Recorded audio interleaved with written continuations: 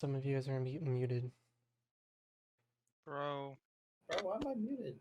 Well, deafened to be exact. Why am I deafened? Why am I deafened, bro? Because Bro, we're doing what? individual Bro. backstories. Why are we doing individual backstories? We That- should do them all together right now. Sentence by Everyone, sentence. begin. We Okay. should do it simultaneously. Oh, I'll read a sentence of the first one, then read a second sentence of the second page, and read a sentence Popcorn of the reading. Oh no! Me holding back my anger. God, Kyle's about to snap. Okay. Kyle's about to suck these nuts. True. I'll Make sure of it. is there anything we need to do before we start? I'm just trying to double check. Because we got all that, we got our I did your items, I did that, I did this. You guys have control of your tokens, right? Let me check. I believe so. Yep. Yes. Okay. Just move them back where they were. Control Z. That's not where it was. Yes, it was. I don't know. Okay. This is just the home screen for now, by the way, since there isn't really an image I chose. It's cool. Our tokens are a lot bigger and the health bars are very small. Well, Like I can't even read the number. because okay, actually, I'm gonna turn off the health bars being shown right now. Because you're what you call it, the grid on the actual map, since it's a high res thing, is actually super big, and so the little squares that your icons are supposed to fit in are really small, and so those health bars are supposed to be for icons that are that small. But since I wanted to be all blown up and big, I just grew your tokens to like 3 times its size, but the bar itself doesn't grow as well. It stays in the same size. Okay. Okay. So if that's all we need to do, I'm gonna pull this up, and I shall start on the top of the list. I'm gonna start with Richie. Okay, I'm a server deafen you too. Okay. Bro. See why that's in. See why it's on. Server deafen. Server deafen. I'm also just gonna mute them. Yours are also muted. Okay, Rich Eye. Alright. Oh wait.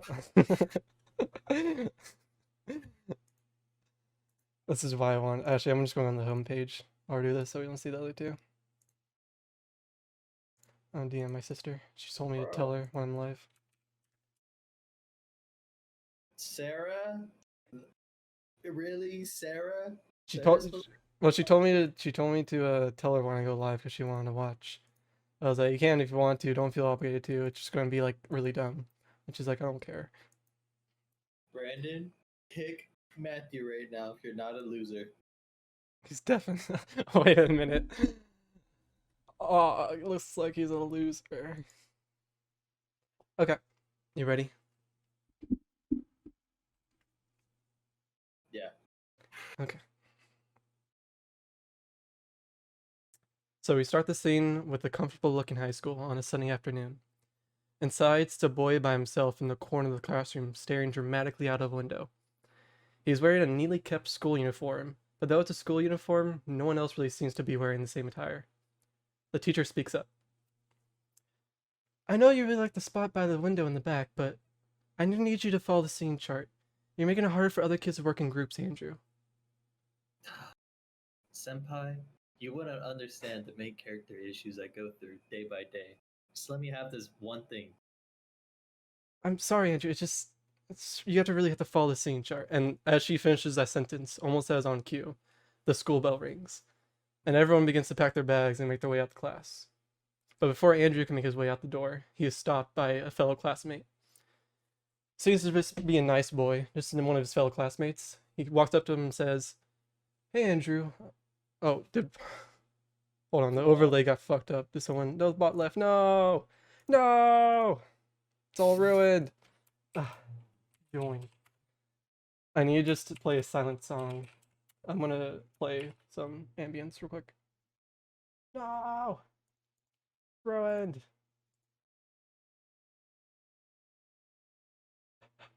Speedrun. D&D and beats. Forest music. play. Ugh.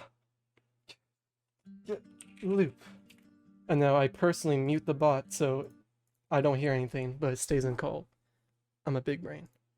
That's broken. Should have done that to begin with. Anyways, to resume, uh, a boy approaches Andrew. Hey Andrew, can you hold up for a second? How many times do I have to tell you? We're not on first name basis yet. I Refer to me as Myers at least. I'm sorry, Myers. How you doing, dude? Not good. Oh, uh, sorry to hear that. I was just wondering if maybe you want to go to the movies or go out back to eat sometime. I noticed you only hang out with other kids outside of class. No, I'm afraid I have to turn you down. I had to keep my training up in order for me to keep being the main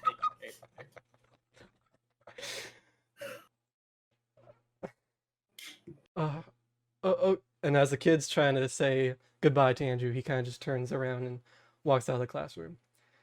As Andrew leaves the halls, we see various other kids walking, talking with all their friends. But not Andrew. Andrew's there alone, outcasted. After making his routine commute after school, the boy returns home. It's a humble home, nothing too fancy, but pleasant nevertheless. When he enters in his house, he takes off his shoes and places them next to the door. Though he lives with two loving parents, his is our only pair that are next to the door. Oh, Tadaima! With that statement, you see a familiar face of your mother as she is washing some dishes from the previous night's dinner. Welcome home, son. How was your day at school? Same as always, surrounded by idiots. Shion gives a warming smile, but still concerned about that statement. Real quick. Yeah. As with that statement, you kind of just go on your day and you walk back upstairs to get ready for your kendo practice. So go ahead and describe what your routine would be after going home and your room and what would be upstairs. So what I do is that I just change. Wait, do I just roleplay this or do I just like talk? Whichever one you want. Honestly, it doesn't really matter too much. Just want to get a background of what your room looks like mainly. Alright, so my room is basically just covered with like anime posters, katanas. You see a body pillow that's very fucking poorly hidden inside the closet. And then I just put on my kendo like gi that they have, and then this stupid like kendo like fucking boken sword, but like it's like in a case that I can just carry it on. Mhm. So I just walk downstairs. Okay. After it takes some time, you're getting ready and getting ready to go to your kendo practice. You walk down the stairs and you are met with the smell of dinner being prepared. Oh, is it is it what I think it is? Are you making pork cutlet for me? You rush downstairs to see your mom making, unfortunately, not pork cutlets. Uh, no, honey, we talked about this. It's just chicken Alfredo for tonight. Ugh. As Andrew lets out a sigh, he kind of turns away and goes towards the front door to leave toward practice. Have a good day, son. Get home safe. Yeah, yeah. The last thing you say as you close the door behind you. Though they struggle to understand you fully, your parents do love you a lot. They both love you tremendously, and even though you feel a little disconnected from them, they're still there for you. These last thoughts begin to linger in your head as they become more and more difficult to understand. So, if any thoughts you have, well, with your family and friends, and you want as you're walking home from or walking to your kendo practice. Man, everyone is so bottled up. I just don't understand how they just can't see how inferior the American school system and society is in comparison to Japan. The food, the culture, and even the school system's better.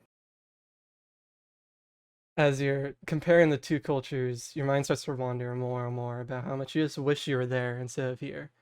Though you love your Yeah. family and you love your friends, it would be a lot better place there than here. I wish there was some way I could just isekai myself into like a world similar to Japan. that what I think that is? There's no way. That's from that manga. I forgot. Isekai truck. I think that's what it was. As that thought enters your mind, you approach the street that you need to cross in order to get your kendo practice. And you turn left and you see it, that truck that looks also familiar to you that you have seen before in your manga. Maybe if I can isekai myself, then I could be in a world that I was meant to be in. But those last dots, the truck keeps on getting closer and closer to you in a high speed. You take one step forward, thinking about it, contemplating it. But then you decide, I think this is the right way. To the world of anime I go. With that last thought, you jump in front of the truck. A truck only a few split seconds away from you. You start floating in the air. The seconds feel like minutes as the truck's getting closer and closer. You close your eyes, ready to embrace the Isekai. A few moments pass. Then another. Around a few more seconds pass, and you started to feel like something's wrong. You didn't feel any truck hit you. In fact, you didn't actually feel yourself hit the floor. You open your eyes hesitantly to see what's going on. Your one left eye opens up, and you see around you white. It's all around you white. It's like you're in a world in a plain view, just as far as I can see, it's just white. You look down and you notice like a very thin layer of water at your feet. Well, this doesn't look like Japan from the anime. Maybe this is like the in-between world of where I'm reincarnated. With that thought, the white light starts to grow brighter and brighter. Like the water starts reflecting up into your eyes. It starts getting a little bit hard to bear. And you start squinting your eyes a little bit, put your hand above your face to block out the light. But in the end, it becomes too much, and you're forced to close your eyes once more. And then that's where we're going to end that scene. Alright.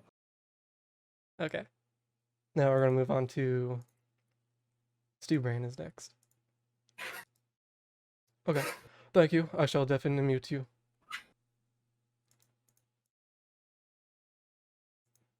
Hey, you. Up. Yep. I chose you to be the next victim. Okay. Okay, are you good? Or you want to like want me to I'm do good. Matthew? Okay. This scene, we start in a rugged bar. We see a shabby man drinking his life away. The two seats behind him lay empty as he takes one last swig from his drink. He lifts his hand up to order a drink, but before his hand reaches the top, another goes above his. He turns to see a refined man sitting next to him, in a pristine black suit, ordering him another drink. At first, he pays him no mind, but as the man orders him more and more drinks, and the night grows on, the two begin to converse. The shabby man says, "The name's Jerry." I'm Drek. Nice to meet you. Got two of these boxes. Sorry. Two keys. Okay. Okay, both keys work for both boxes, so in case one of us loses the other one, where's the spare? Thank you.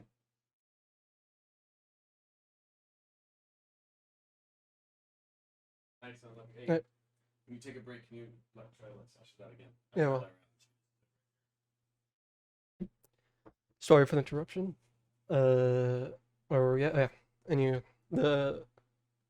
the nicely kept gentleman introduced himself as Drek. With a friendly demeanor, Drek comforts Jerry and gives him some advice and reassurance throughout the night. Jerry grows to appreciate his company and wishes for him to return tomorrow for more conversation. As the day passes, the two men see each other more and more, having more and more conversations throughout the nights. And after seeing each other more and more, they start growing a bond together, almost like a friendship. One of the nights, during the conclusion of one of their talks, Drek offers Jerry a place to go where he'll be treated kindly and he'll be granted opportunity to get his life back together. Jerry is hesitant at first, but he accepts the invitation from his friend nevertheless. The next day comes to be, and Jerry approaches what seems to be a nicely kept up warehouse. And he walks up to the entrance in the front door. And he's about to open the door, but he's a little hesitant. He's not sure what awaits him here. He's not sure if his friend might be doing suspicious activity behind those doors. But as he's having those thoughts, a hand comes onto his shoulder. He turns around to see no other than Drek standing behind him. I'm glad you chose to show up, Jerry. Come on inside. Don't you know it's rude to linger in doorways? With Drek's hand on Jerry's shoulder, he leads them inside. Inside, we see a handful of other people, various types, come from all places. And they're all sitting in a few seats in front of a podium. There's a few empty seats, and as Drek leads them to the people. Take whatever seat is free. We will start soon. As a few minutes pass, Drek begins to walk up to the podium and begins to give a speech. Hello, everyone.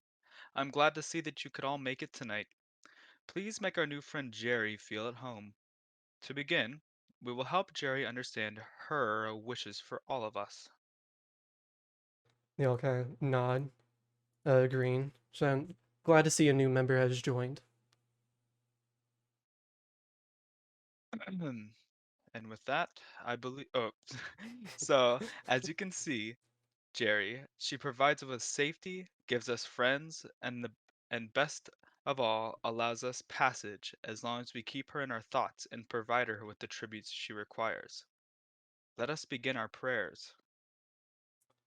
With that first statement, Jerry slowly begins to understand what this whole entire meeting is about. And at first, he seems a little hesitant, but just the way that Drek is speaking and his mannerism, and how the whole entire crowd seems to agree with him. Everyone thinks what he's saying is true, and that there's actually an afterlife with this. And with that, I believe we are done for today. Feel free to stay as long as you like and enjoy each other's company. I will be coming around for your tributes. With that final statement, Drek steps down from the podium with a basket in hand, walking around collecting donations. After that, he wishes everyone farewell and begins to walk away. Jerry gets up and, though it doesn't converse with anyone else, seems to be taken back by what he heard. Maybe he'll return again, maybe he won't. He gets up and leaves without saying goodbye. Before Drek's able to leave, though, one girl from the crowd approaches him. Excuse me, sir. I'm in need of some guidance. What seems to be the matter? Uh, I. So, you know, I had some issues with my family and my friends before, and I was really, down in the dumps. And that's when I found you, and you brought me to this wonderful place, and were able to preach out these wonderful words, and they have helped me a lot, but as I keep on coming here time from time, spending my money here for the donations for her, my parents began to grow a little suspicious of my activity here. And they say, I try to explain to them of what we're doing here and that it has helped me out a lot, but they fear that I'm being kept in some sort of trap and that what I'm doing here is wrong. I see. They only start to care now that you are getting the help that you need. Why do they care now more than they did before? I theorize that they will drag you away from the guidance and safety we provide, just so they can abandon you once more. I mean, she seems taken aback by that statement. Though she does have loving parents, now at least. Drek was the one there for her when she needed him most. So was her. I mean, I s- oh, I sorry. I mean, I suppose you're right. I'm just they're just worried for me. That's all. I understand, but just so you know, regardless of what you choose, we will always be here to support you with open arms and kindness. With that last statement, she kind of like puts down her head and starts to nod to herself. You're right. Thank you, sir. I'm sorry for taking up your time. No worries. Have a nice night. You as well, sir. And with that, she turns away. You know, straightens out her back, now reinsured with her statement, with her position in life. She walks out the door without talking to anyone else. As time passes, more and more people begin to leave until it's only Drek left. With only Drek left there, he begins to close out the warehouse as he leaves through his back door.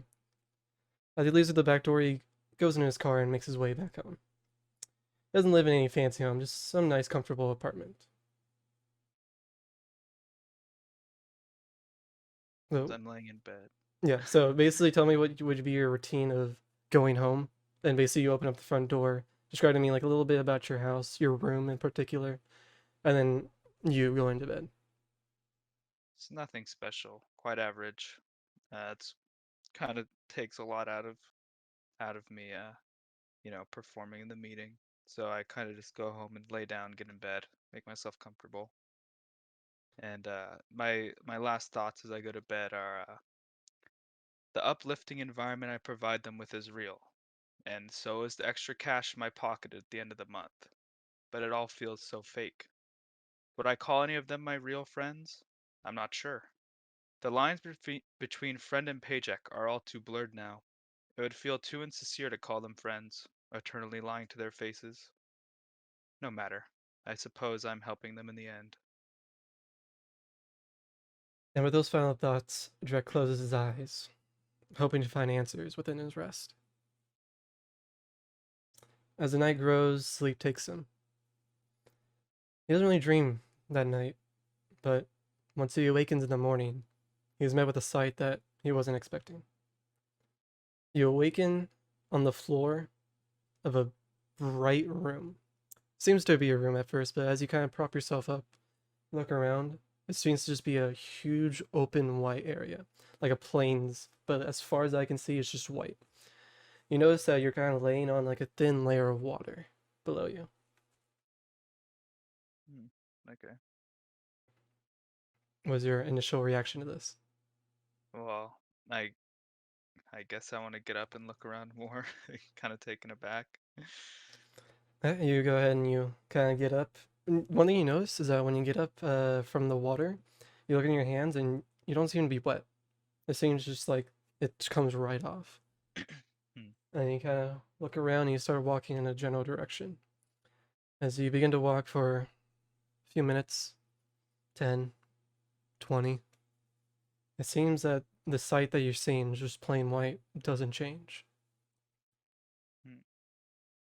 Okay, well, I'm getting a bit nervous. I'm like, oh shit. Where the hell am I? After those few moments pass, after those few minutes pass, the white around you begins to brighten. At first, it's a little bit annoying, but then like it gets brighter and brighter. Mhm. It gets so bright where you have to like start squinting your eyes and put your a hand in front of your eyes to block out the light. Mhm. Eventually, the light gets too bright where you're forced to shut your eyes, and that's Yeah. where we'll end the scene. All right. Okay, thank you. Yep. Now we shall go. Also, making sure my okay. For a second, my mic wasn't popping up in my stream, so I was making sure that was there. I'm gonna move on to Matthew. Okay. The next lamb to the slaughter. Lamb to the slaughter. Yes, you are up next. Well, you are the last. Save the best for last, as the saying goes. Here, I might actually. Probably should have done this before. This thing doesn't really matter. I feel like there's like rolls right here. Trying to roll like a bunch of d20s.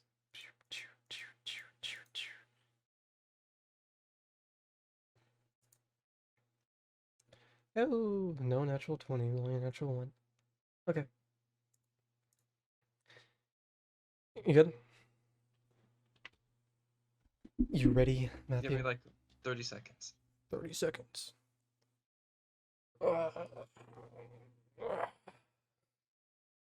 Rating me with a party of 6, you're like 10 minutes too soon. You could have got the backstory. Thank you, Sarah. I appreciate you. You can see all the horde gremlins in chat. Horde gremlins. gremlins in chat. Why are you insulting your chat? Oh, I shouldn't say in chat. All the gremlins on camera. Oh, Aww. that. All right, I'm ready. Are you ready? Well, Yes, sir. for you who are just joining, this is the last backstory for the final character. There is a reflection of a boy in a mirror, dancing in a room only lit by a singular spotlight. His feet move through the air gracefully, with meaning and purpose. Then, as he takes a leap in the air, he lands in a final stylish pose, concluding his performance. As he's holding the last pose, the lights all turn on. From the corner of the room, we see a man slowly clapping as he gets up from his chair. Perfect as always, Henry. As you see this kind of older man, but still doesn't really show too much of his age, walk up to Henry and hands him a bottle of water. You accept this bottle of water, and Henry accepts this bottle of water and begins to drink. The old man pauses for a second and kind of scans Henry up and down. You know what, kid? I'm proud of you. You've really worked hard to get to this point, and I'll know you knock it out of the park tomorrow. As the coach puts a hand on Henry's shoulder and brings him in for a hug. Henry accepts the hug. It's only a brief moment, but it means a lot to Henry. For how long it's taken him to get to this point, this means a lot to him. The coach lets Henry go and says, kind of brushes off his coat. All right, all right. You better hurry up and get out of here. I'll lock up. You're going to need a full night rest for tomorrow. As he says his final goodbyes, Henry leaves to his car to make his way home. Then we see him approaching the outside of his apartment. As Henry approaches his door, would you mind describing to me what his house looks like, his room, and his kind of routine of getting home? Yeah. Well, he walks up to an apartment building. First, he walks in through the main entrance, walks through the hallway with all the doors until he gets to his room at the back of the building, unlocks the door and steps in. It's a fairly small place, but it's comfortable, which is the most important thing. It has just everything that he needs and nothing more. A bed, a desk, a bathroom, sink, and all in all, he's happy where he is. He walks in, he puts his backpack supplies, and he just hops up onto the bed and lies down for a moment, taking a rest from the practice he's just had. As you lay down into your bed, comfort is really starts sinking into the comfort of the bed. After the tired, hard work that you've been doing day after day, the practicing all leading up to tomorrow, your eyes begin to grow a little bit heavy, and sleep begins to take you. As sleep takes you, you don't really dream much, but you wake up the next day to your phone alarm going off. Next morning comes as you try to go silence your alarm on your phone. As you're silencing the alarm, you notice a few things. You notice several messages from your friends and family. They're all wishing you good luck on your big day and showing their support. After reading those messages, Check. oh, go on. Henry checks his phone, reads all the messages. He is touched by all of them. He's really happy to have these people in his life, but you know, after that, he puts his phone away and he focuses on getting into the mindset for his big show. He's been practicing for a long while and he's excited and a bit nervous, but he's ready. Okay. And with that, you get up out of your bed and get ready for the rest of the day. But today's different because today's your big day, and you wouldn't want to go through your average routine like usual with your normal attire. But there is one thing special that you'll bring with you to the show. Of course, the lucky hat. It's special. It's Henry wore to his very first performance ever. And ever since then, He's brought it to every major performance or every performance that had any special meaning to him. And with that, he takes it and places it upon his head. With his lucky hat upon his head, Henry leaves off to the show. Eventually, he arrives to the theater and walks to the back door. He's rehearsed this before. As you make your way down to your dressing room, you're instructed to wait there until you're called out. You have a couple minutes to wait and to have some thoughts to yourself. Henry sits down in his chair, looks at himself in the mirror for the dressing room, messes with his hair and his shirt a little bit. As he's waiting to get onto the stage, the nervousness goes away more and more, surprisingly, rather than building. This is what he does. This is his number one thing, and he loves doing it. As the time grows nearer and nearer, instead of getting scared about failing or anything like that, he gets more and more excited to share what he's working on with the world and let those people close to him see who he truly is, as there's not many times he can express himself in any other circumstances. As these thoughts build up in your head, you hear a knocking at the door. A voice emanates from behind it. We're ready for you backstage, Henry. And with that, that's all he says, and you hear footsteps walk away. You take a deep breath and then make your way out the door to the backstage, where you're told to go. As you approach the backstage, though, you are met with two familiar faces. Your parents waiting for you. What do you do once you see your parents? I walk up to them smiling, give them both a hug. They obviously, they tell Henry about how proud they are and how they can't wait to see his great performance. And, Henry just sits there smiling, giving them a hug. He's happy to have them here, and he knows he's really happy they're proud of him. And more than anything, he's really excited to be able to share with them his true self, even if only for a couple of minutes. After that exchange, your mother gives you one final kiss on the cheek and says, "Break a leg out there, honey," as she is ushered away to her seats in the audience. With that, you're now ushered on to the stage itself, behind a huge towering curtain. There, you have to wait a minute or two.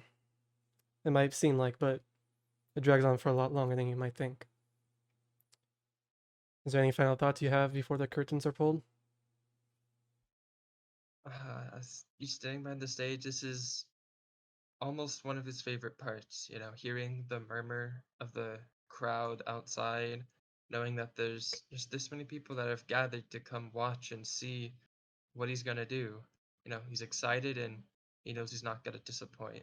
This is what he lives for, what he does, and he takes a deep breath, sitting behind the curtain. It might seem like ages before it finally opens, but when they finally do open, then he'll be walking out onto the stage into a completely different place. And he's more than ready for it. And with those final thoughts, you see the curtains pulled back. There you see a room, completely dark. You try to make out a few faces, maybe try to find your family members, but you can't see anything. That is until one spotlight flashes on. As it flashes on, it seems a little bit brighter than usual, and you're kind of taken back at first. Try to keep your cool, but then the light begins to get a little bit brighter and brighter. This is very unusual, and it's getting so bad that you actually have to cover it with your hand for a second, and it gets so bright where you eventually just have to close your eyes. And as you close your eyes, you realize that you're on stage and you have to perform. And you open up your eyes again to see not a stage, but instead just white. You're in what seems to be a field for as far as I can see of just plain white. You look around you, and you look down, and you notice by your feet there's a thin layer of water. But besides that, no audience, no stage lights, nothing's in sight. only white.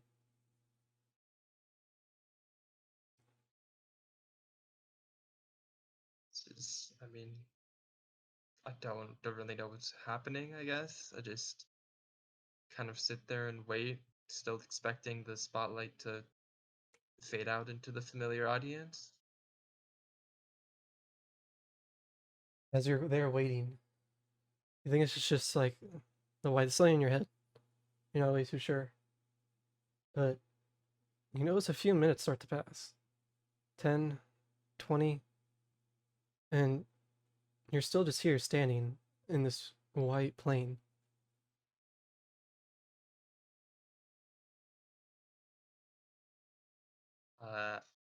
Guess it's been that long and nothing's happening. Just slowly start to walk around, see if there's anything in this just endless white void. As you begin to walk through the white void, the white light around you grows a little bit brighter. At first, you're like, it seems a little eerily familiar to the spotlight, but instead of it being in one point of focus, it's all around you. All the white around you begins to glow brighter and brighter. Again, you instinctively kind of just squint your eyes and like put up your hand. And then once again, that white light becomes too much to handle, where you have to close your eyes and go back to the darkness. And with that, we'll end your scene there. Right? Okay, I'm gonna undeafen everyone else. Oh, what's happening? Hello, everyone. God. Oh, Richie, I have you way too loud. Oh. No, you don't. No, you don't. Okay. Oh, excuse me. Okay. So, you guys all have had your individual scenes. Thank you very much for doing that with me. I know it was a little bit unique at the very least, but I appreciate it. All right. I need to scroll down. Okay. So, as you all individually close your eyes from this light, and you open them once more. As you open them, from the back, it's like opening your eyes from a really dark room into a bright room. Your eyes have to adjust a little bit. As your eyes begin to adjust, you look around you, and you guys were not in the place you were before. Whether it be your bed, some stage, some school, just wasn't where you were before. What you do see though is 3 other people, and it seems to be you guys are like moving. You guys are on some sort of wagon. And you look to your left, you see one other individual. Look to your right, see one other individual. And let's say you guys are in a forest being taken away by a few horses, and you see other people all around you on other horses. And this is obviously where you guys awaken and you see each individual character. If you want to right now, you can describe who you guys see. There is one other character in there I'll describe afterwards, but as you awaken, describe each of your characters. I can't help but think like Skyrim. Oh wait, one thing I'll say before we get, you guys all gain your vision, and you all see the same man. It seems to be a rugged man. He has a scar across his eye, down majority of his face. He has short blonde hair.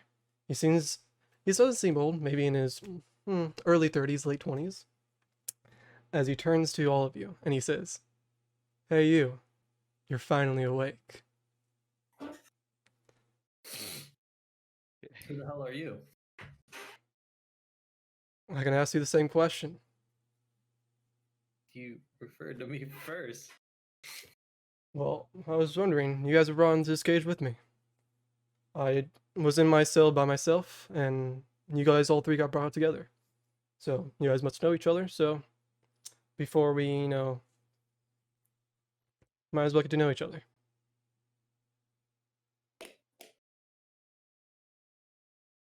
I don't know what to say. happening, bro? I don't know what to tell you. So Look, this you There guys must be some you amnesiac. guys all see this. What's your character's first reaction to all this? I'm just shell shocked. I'm just like I can't say anything. I don't know what to say. This guy. I'll look around. Yeah. This isn't Japan. Okay. Hold on. I need to get my. I'm gonna roll something real quick.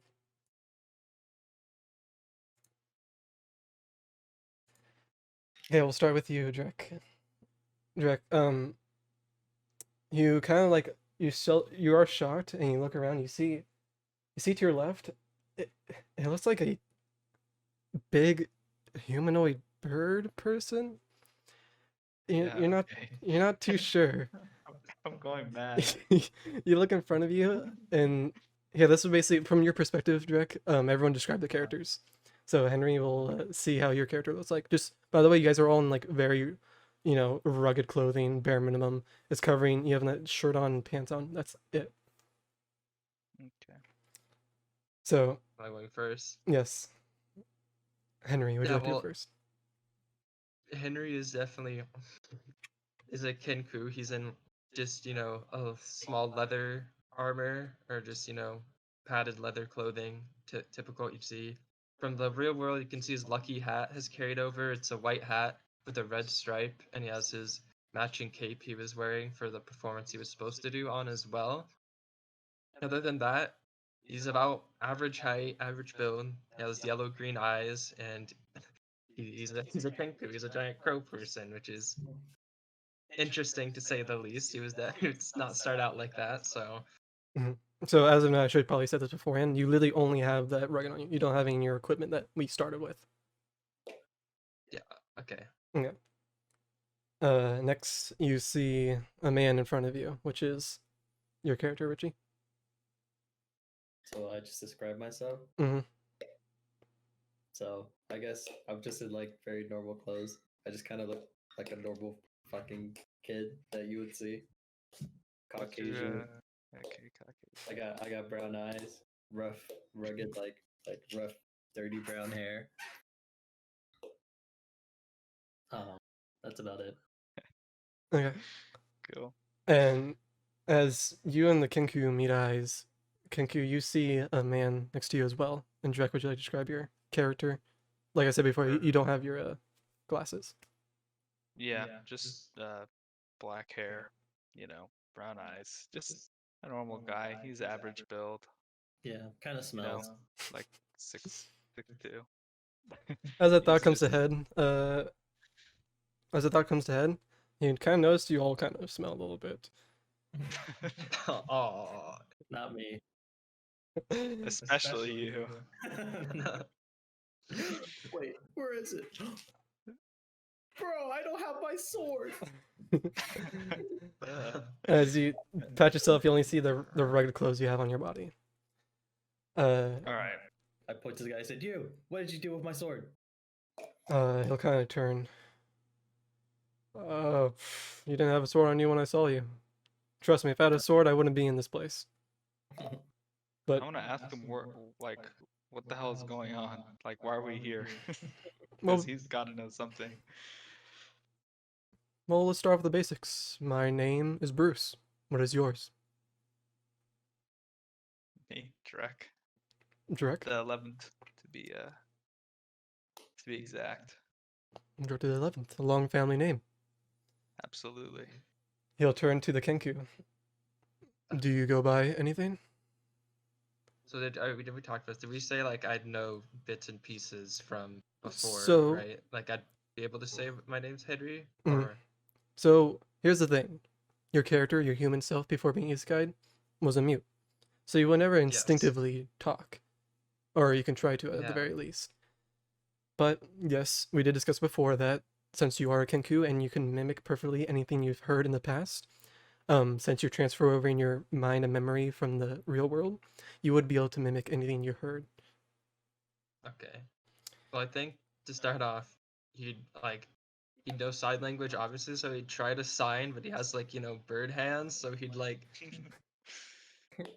Why is this guy throwing it's game? not really working.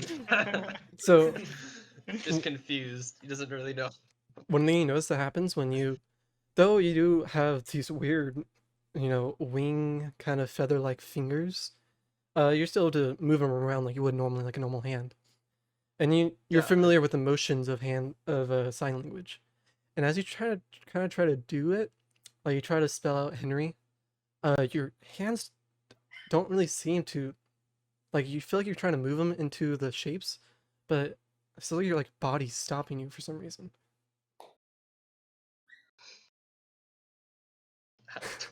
I'm just really confused then. I'm like, why am I? I just don't know what's going on. There's a lot to take in right now. Now my body's fighting me. I'm a bird now. I'm on a weird part.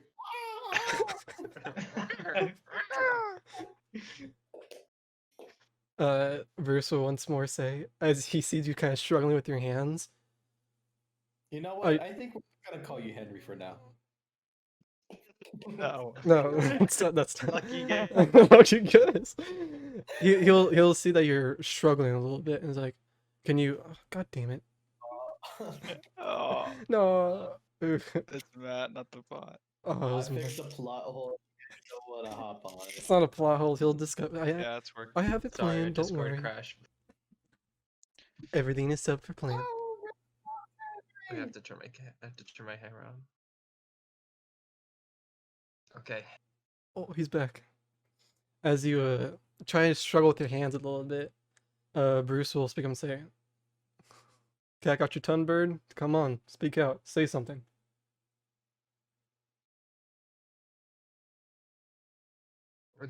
I guess he's trying to figure out something to say. Your name, anything, a sound. You're a Kenku for God's sake. You can mimic a person shitting if you want to. And Oh. Alexa.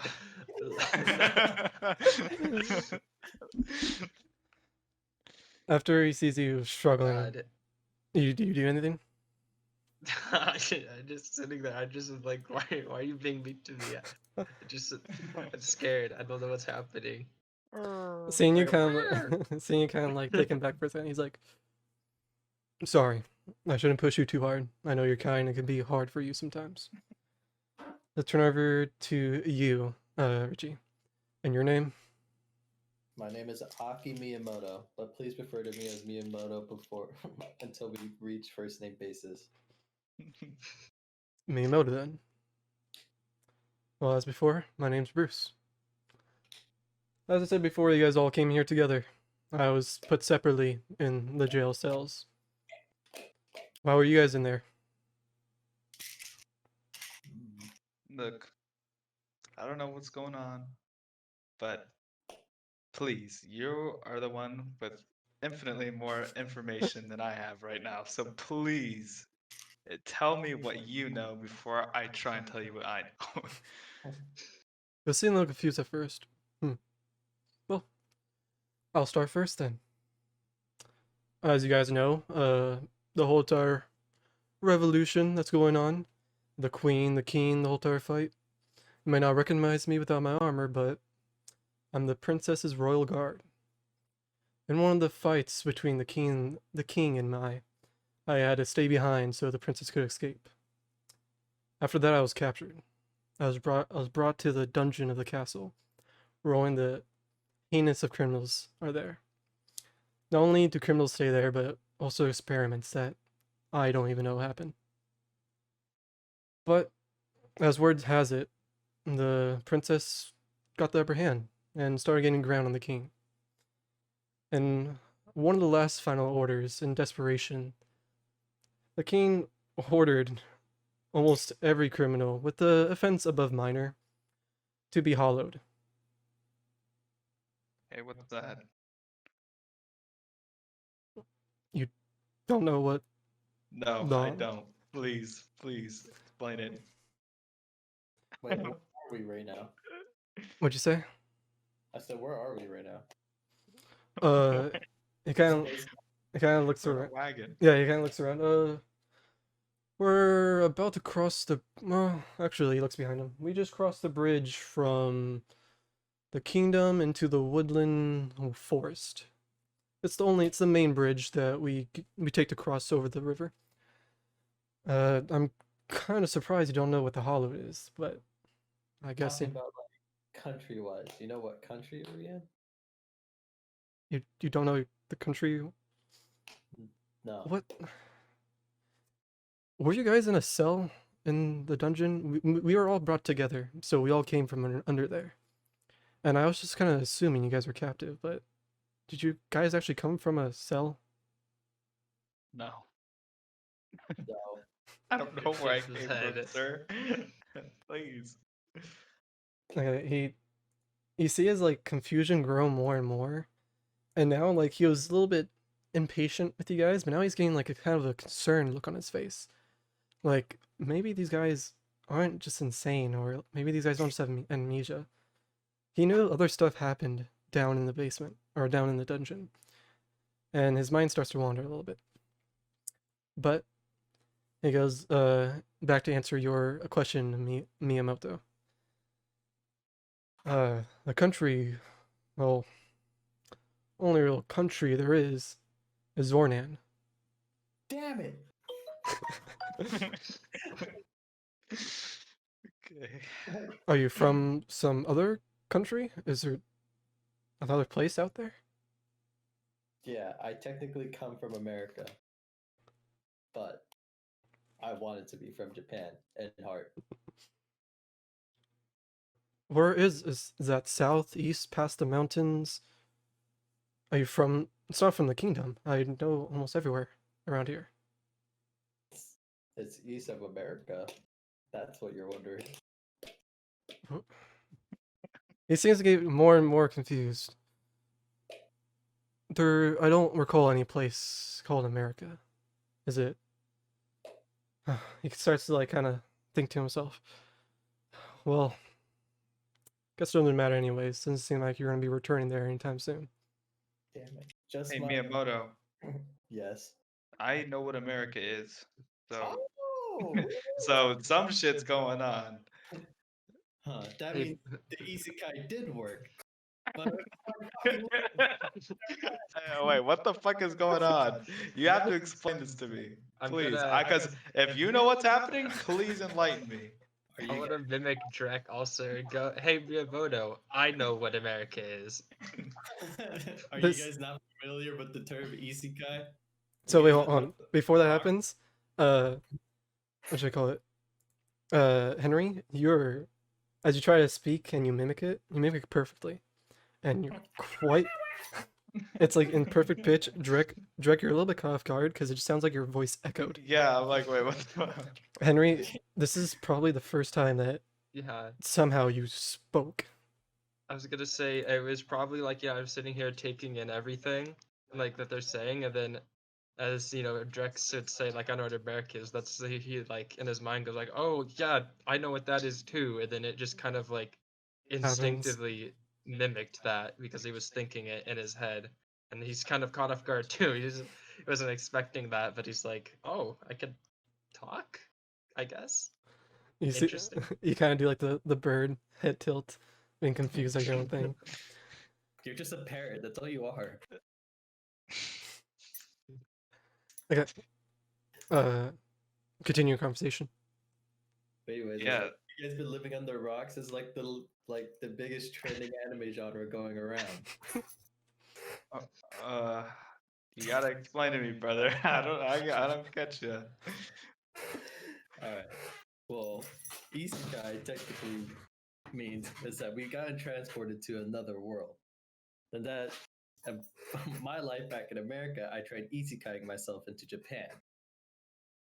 Or at least So I hope so. So I'm assuming that weird phenomenon must have happened to you guys as well.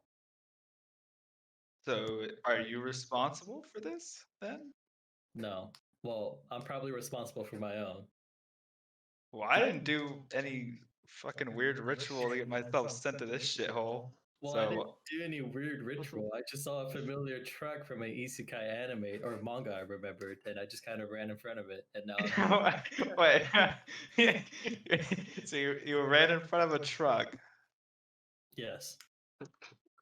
There does another head tilt like. All right. Yo, Bruce. As you guys are having this conversation, you see Bruce like he seems to be taking a mental note of everything you guys are saying. Like he's not fully believing you guys, but he like kind of tries to run it through everything else he knows. He fears that something like you guys are saying Isekai. Like what's Isekai? Is Isekai some sort of experiment they were doing below the castle? Are you guys actually transported here from another world? But nevertheless, he kind of breaks his thought in response to you. Yes, Drek. Yeah. Um. So you were talking about the Hollow before. I fear that we're in impending danger. So please explain to me what that is. Okay.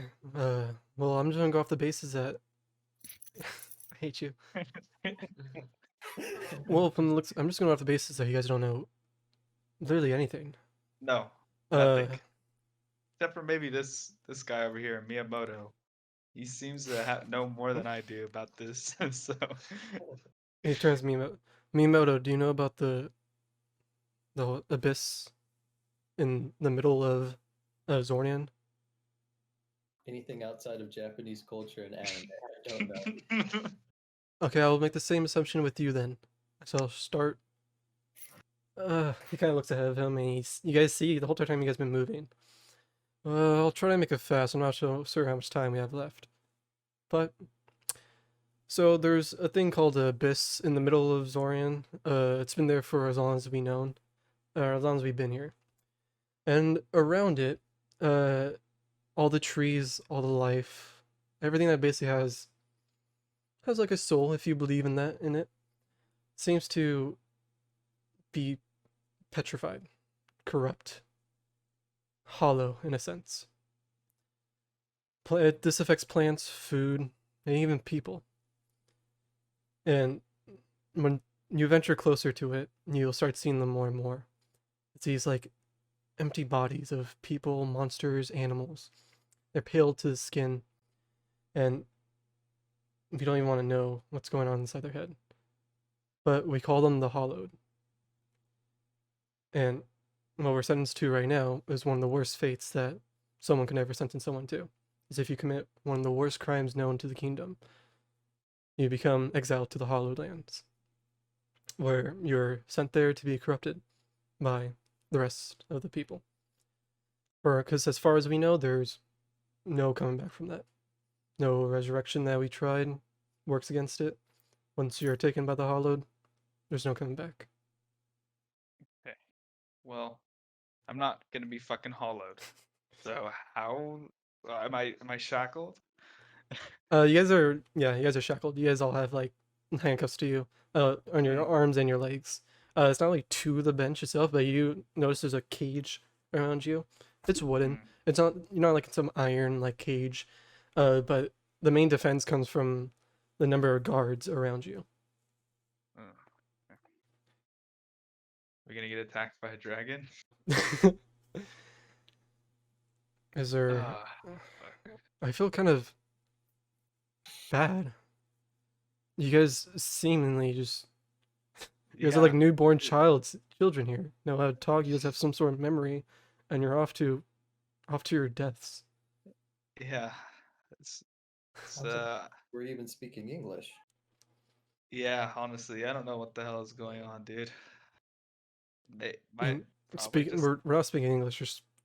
This is common, the common tongue amongst this land. Yeah, English. He will take that as just a note of one of your delusions of your isekai world. All right. Uh, Okay. As go on. We don't have much time, so do you have any idea how we can, get our way out of this? Well, as you guys know, he looks behind you, and you see the bridge start going further and further in the distance, and you guys go deeper and deeper into the forest. The forest is the way to the Hollowed Lands. As he starts to like look around, you ask him if he has any plans. He kind of just looks in front of the cart, seeing them still traveling. I wouldn't worry too much. I know the princess wouldn't allow me to be sentenced to such fates. And as he says that, and you're all kind of looking in his general direction, you see something kind of appear behind him, out in the far distance. It's something small. It's like something small, like a little red like dot, and it begins to grow a little bit bigger. And it seems like it's approaching you guys faster and faster. Bruce doesn't turn around. He kind of just is looking at you guys. As you guys see this ball of fire approach you guys closer and closer. It is Skyrim. You guys do anything? I'm like, hey, is there something behind you? Uh, he'll look behind him, and as soon as he looks behind him, this fireball crashes in front of the carriage or the cage. The first side of it is pretty it's pretty scarring, to be honest with you, because it hits the 4 main guards in the front and just completely obliterates them. Like it hits them right in the middle, and the fire scorches their skin. You see like an arm fall off, and you see like the horses being blown off. The momentum of the cart still keeps on going and going and going. Bruce kind of just standing there, like holding on to the side of it a little bit with his with his Shekel's hands. As the cart becomes a stir and stir, you guys pass through the bodies of the guards, all dead on the floor, and the cart begins to go off course a little bit and slams into a tree. And with that, it slams into a tree, and the whole cart falls over to its side, breaking in half. Holy fuck. Well, the top breaks open, not the actual cart. There's still a few guards left behind you guys. There was about 4 of them. Just to clarify, we're in a carriage, right? Yeah, you guys were in a carriage with like a cage around it. And as you guys Okay. crashed into the tree, the carriage fell over, and a part of the cage broke open. Okay, yeah. Okay. As soon as that happens, you see Bruce kind of like army crawl out of the carriage and instantly go for one of the guards' keys. He kind of gets one of the keys and he starts unlocking his shackles. I Hey. want to go. I'm sorry, I thought you were finished. He kind of looks You over, to you guys. You guys coming? Hell yeah. Got nowhere else to I'm go. gonna follow him. As you what you call it? As you guys all army crawl out of the carriage, he kind of gets key and starts unbuckling all you guys' shackles. As the time the time it takes to do this, you see the rest of the guards start riding up on their horses, approaching you guys. They have their swords drawn at you, Oh, charging God. you. Bruce is unbuckling your shackles, Drek, as one of the guards are like riding up, ready to swing at him. And before you're able to say anything, you see an arrow fly from behind Bruce and pierce the guard, knocking him down from his horse. You guys all see where the direction the arrow came from, and you see 2 people standing. One of them looks like, okay, I'll say it for you guys as players to describe a character, but even though your characters won't actually know what they are, you see an elven-looking man with nice green long coat with a white fluff to it. His golden hair slicked back and put into a bun. You see him with a bow drawn and with a freshly fired arrow. Next to him, you see another lady, kind of wearing like a typical, you guys would all recognize, a big wizard hat with a blue coat over her, and she has her hand out with like what seems to be fire, like kind of dissipating from her hand. All right, hold that thought. Or just gets up and leaves. Hold that thought.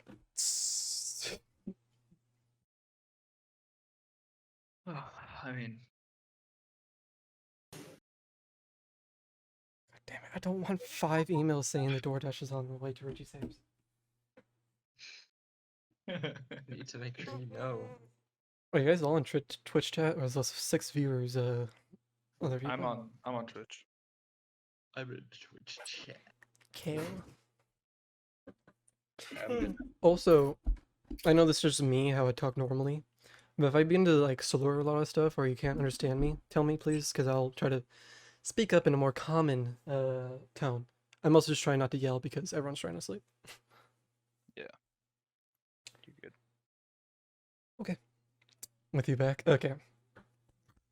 So you guys all turn and see these two individuals standing there. You guys all crawl out of the cage and and you guys are freed by Bruce. After freeing the last person, Bruce will go over to one of the guards' dead bodies, draw his sword from the guard, stab it, finishing off the guard, picking it up and looking at you guys. I recommend you guys do the same if you want to live. Stand here, fight, or flee. But I'll warn you, you're quite close to the hollow ground, so be careful. As Can I come with you?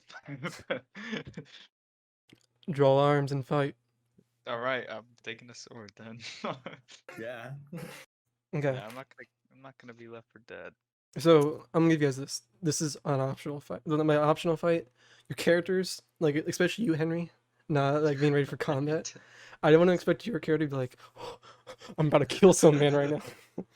But either way, You just that's- watch people get obliterated Yeah. by a falling comment and it's not.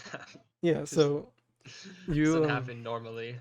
I think my character is more in the state of mind, like, all right, I'm already don't know what the hell is going on, so I'm just gonna do what this guy says for me to live. I'm just in like full on survival mode. So if I need to like fight some guards, I'll fucking do it. I'm totally blocking out the whole meteor thing. I'm just trying to get the fuck out of here. okay. So Miyamoto, are you fleeing? Yes. Okay. Henry, what are you doing? Uh, You can be coward in like a corner if you want to. You can stay inside you can stay inside the cart if you want to. You don't have to come out. Pretty much. I'll like come out very cautiously, attentively, and like pick up a sword or whatever. But it's very clear I have no intention of like or know how to use it. It's just like I'm doing it just because I don't know what else to do right now. I'm like, holy fuck. Okay.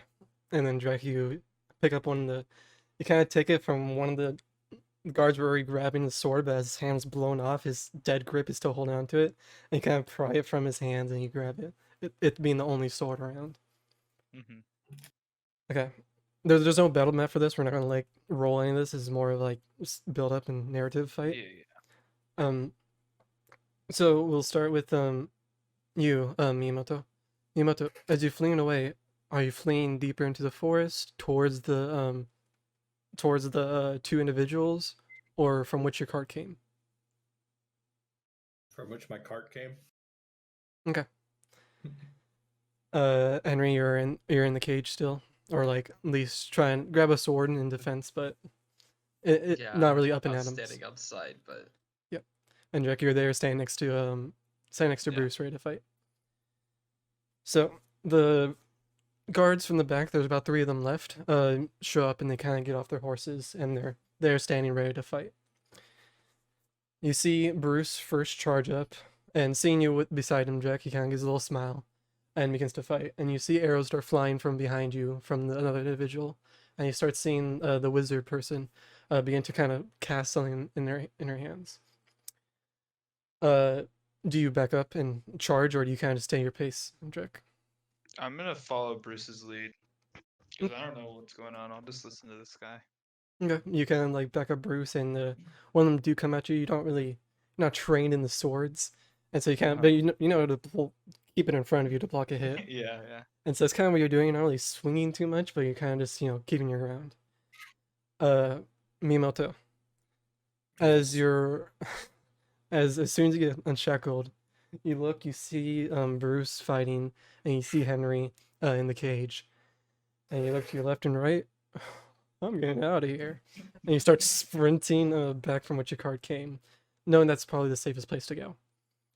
As you start to sprint down the road, you hit a turn, and you're further down the road, your vision's kind of blocked off. Before you turn down the path you took, you hear what seems to be more horse feet galloping in your direction, coming in your direction. Oh shit. I run back to Bruce and fucking Drek. Okay, as you run back to Bruce and Drek, do you grab a sword and try to stand your ground? Yeah. Okay, you pick up one of the freshly killed. Bruce kind of stabs into one of the guards, kind of like catches the sword from the guard's hand, sees you walking next to him, and kind of tosses it to you. Okay. So as this battle's going on, Henry, no guard seems to be going at you. Like no one's trying to target you. They seem to be preoccupied with the other people who are directly fighting them. Good. But as this fight grows on, more and more of the guards drop, and then the guards from which Miyamoto heard begin to approach. You see about 5 more guards, and one of them looks a little bit different than the others. It kind of has similar attire of the wizard lady you saw earlier. Wizard lady you saw earlier. They join the fight. As this fight begins to go on and on, I would say, Henry, since you're not occupied with the fight, you're more or less trying to take in everything that's happened. You're pretty shocked at this point, kind of like you have hypervision at this point, like trying to realize scanning everything, make sure you're fine, not gonna die. And you're the first one to notice. Deeper in the forest of what you saw, or where you guys were heading, you see movement. It kind of looks like a person, you're not too sure, but then you see another one, and then another one. And as these figures begin to come closer and closer to the noises that you guys are all making, you see a pale, gray, old. It sounds kind of like he's he's been starving for a long time. Just a man with like kind of with a limp. His arms kind of like dragged down a little bit, and he's kind of like walking pacingly towards you. And with that, you see more and more individuals from behind him show up. At this point, everyone else begins to see it. See them, I should say. Bruce? Yeah, Bruce. What do we do? Bruce kind of like pushes off a guard and looks back. He's like, "Oh, damn! I didn't think we're that deep in the forest yet. We have to run. We can't stay here. Finish off the guards while we can, and then we have to make our."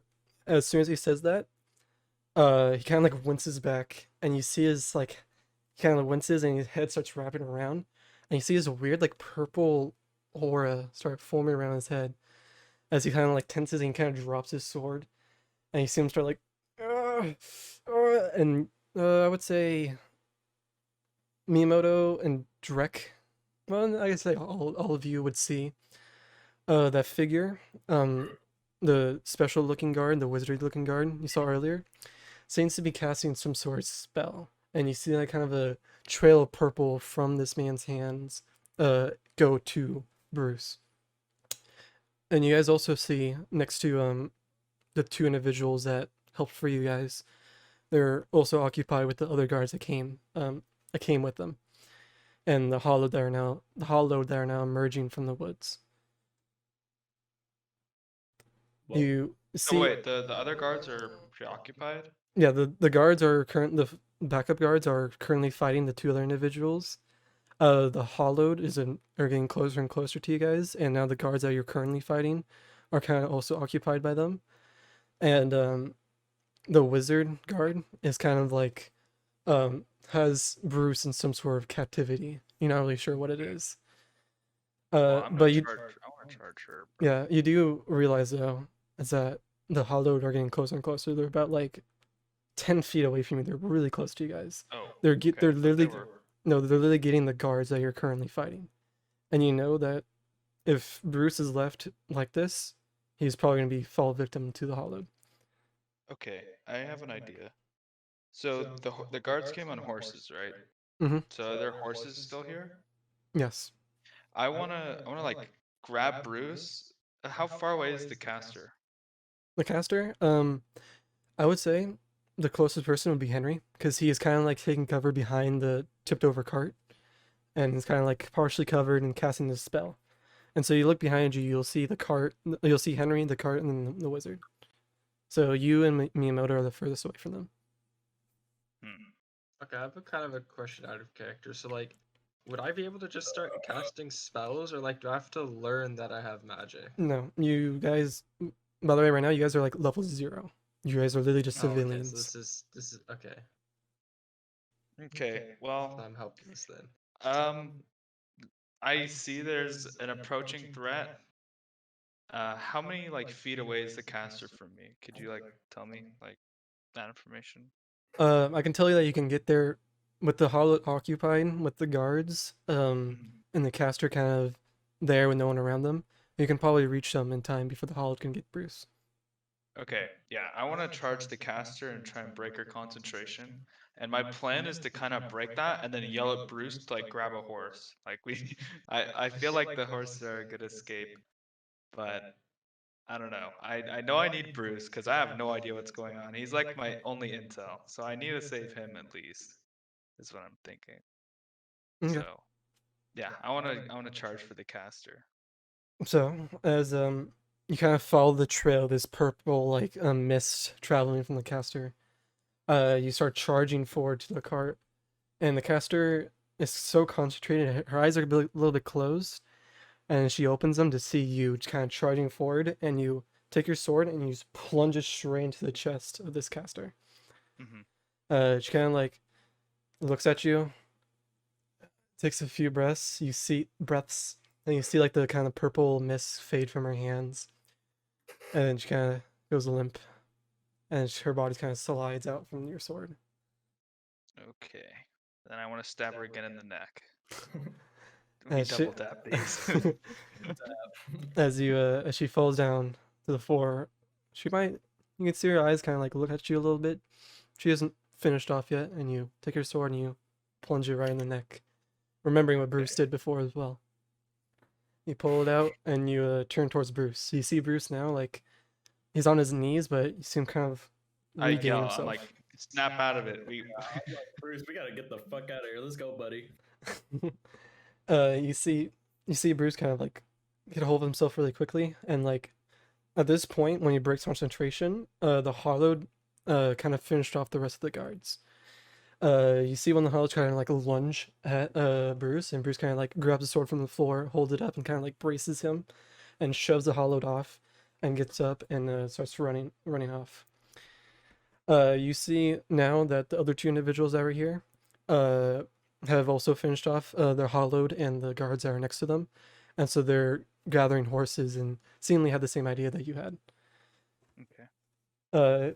Bruce will, before walking fully away, he'll turn towards you, Henry, who's still kind of the furthest distance inside the cart. Mhm. You better get out of there. The cart will not hold them back. We have to leave now. Alright, that's all you need to say. I think you're just gonna get on and start running, whatever direction we're going. Okay. As Bruce starts running towards his two allies, the two people already gathered around the horses that they needed. Wasn't enough for everyone individually, but he kind of gives one to you, Miyamoto, and Henry and Drek can ride behind everyone else, or whichever order you want. He's just kind of offering a horse to you, if you know how to ride a horse. That is. I don't. My character wouldn't really know. I mean, in real life I've gone horseback riding like twice, but it's always with like Yeah. it's they're like Instructor. basically doing everything. They're If you're basically like holding the horse and like leading it basically. If your character wouldn't know how to ride a horse, then you just decline it and say you have to ride in the back. Yeah, I have to ride on the back, bro. I can't. I wouldn't fucking know. Okay. Thankfully, the three individuals, Bruce and the two others, kind of help you guys each other in the back of them, and you guys ride off in the same direction that the cart came. Now, no more guards coming to stop you. Is there anything you'd like to say as you guys are riding off? Holy fuck, that was close. They're just shaking. Your feathers are kind of like puffed up a little bit. Your Birds do that. plumage. Okay. If there's nothing you want to say, Bruce will speak up and say, Eli, Nicole, thank you. I knew you guys would show up in time. The wizard kind of just nods her head, seemingly be the one named Nicole. Eli will just kind of get a little snicker and continue to ride on. Bruce will turn to you. Who would want to be the one behind Bruce? I want to be the one behind Bruce. He'll turn to you, Drek, and you being the first one to stand ground next to him, he'll say, "Thank you. You stood ground and you helped me fight off the guards. Not only that, you also saved me from that wizard's grasp. Without you, I'd probably be hollowed by now.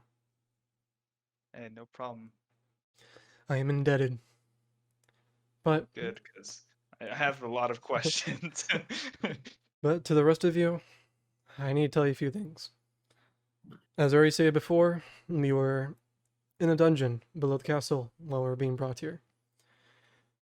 And from what you guys have told me, I kind of came up with an idea. Like I said before, there's many experiments that happen down there that I'm not even I know what happened. And I am pretty sure something that happened down there either brainwashed you guys, possibly, though the magic and technology is nowhere close to doing so, transporting you guys from another world. That's idea, it's very hard to grasp. But nevertheless, I feel like there's answers back at the castle. And as a part of the royal guard, and one being close to the princess, I feel a sense of obligation to find out who you guys are. Well, I mean, I got nowhere else to go, so Yeah, thank you. I'd really like to know what's going on as well. Henry? I don't. I'm just out of it. I don't even know. I'm just sitting there, like, Okay. and I don't know who these people are. So as you guys ride on, you guys cross that bridge you were before. Now at this time, it's going to be new sites. You guys are kind of in a plains land. Plains land is when it's just flat, like grass, Yeah, right? yeah. Yeah, plains. Yeah. Make sure I'm saying that right. Anyways, you guys are right in this plains land. In the distance, you start to see a wall, a pretty big wall, and you determine that this is a wall of some sort of kingdom. You guys draw closer and closer, and as before you guys approach this wall, Bruce asks Eli something. Eli, how's the state of everything? Good news. The princess was able to slay the king. Bruce kind of like gets a sigh of relief. I don't know how she managed that by herself, but she is one talented lady. she petty. Like Cythria. Yeah, she got a fucking fat dumper, bro. Come on, don't lie to me. Assuming you're actually saying this, Bruce will put on a face you haven't seen from him. He kind of drops a friendly attire and gives you a death glare. Oh, damn, she got the fat rumpy if you're gonna be that defensive about it. Be careful with your words. He'll go back to his conversation with Eli. Well, that means that they're at the kingdom then. I'm pretty sure I know where he is slain at, and we can meet her there. Eli will nod and say, "You're correct to assume they should be in the main building." And with that, they'll make their way through the town. One thing you notice as you pass through the huge gates of the wall into the kingdom, once this kingdom might have been a really nice looking town with many people roaming the streets, but this isn't the time for that. You see a lot of buildings that have been torn down, broken down. You see a few dead bodies here and there scattered about. You hear commotion various amount of places. Though there's still an immense battle and the king has been slain, you can tell word hasn't spread yet, and that the city is still probably in a war. You go through town. It takes a few minutes, but you eventually reach what seems to be the center castle of the kingdom. Bruce will pull up his horse before the grand stairs and ask you guys to wait here. He'll say, Eli, Nicole, watch over them. I must have words with the princess. See what is the state of things and what more we can do. Eli and Nicole will nod and he'll turn to you three. Please stay here. Don't venture out forth. It might be dangerous. Yes, sir. Hey, you got it. Okay. Quick question. Which one's the caster? The caster, the female is Nicole, and then Okay. Eli is the elf archer. So are we just chilling out here? Wouldn't it be All right. funny if So we ran off? It'd be funny if we just left. options and options. Okay. I want to talk to Nicole, basically. So Eli and Nicole will take a seat at one of the first steps, and you see Nicole start opening up a book, start flipping through it, and you see Eli kind of take out his bow and start counting his arrows. Eli will be the first to speak up. He'll look up at you three and ask you. So, what's your guys' relation with Bruce? You guys are captured with him. You guys done some sort of crime, or sentenced there like a poor soul you guys are. From what I've gathered from Bruce, we may be the result of some experiments taking place down in the dungeon. So far, I am not sure though. I'm not a criminal. I haven't done anything wrong, as far as I know. You killed someone. I mean, that was self-defense.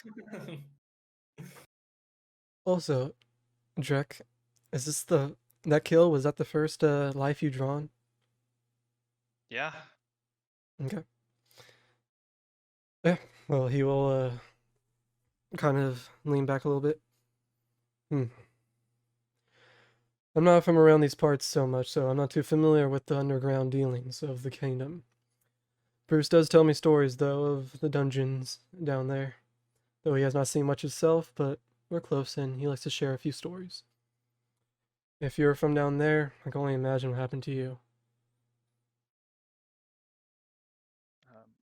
Yeah, I mean, I don't know. I'm still very, very confused.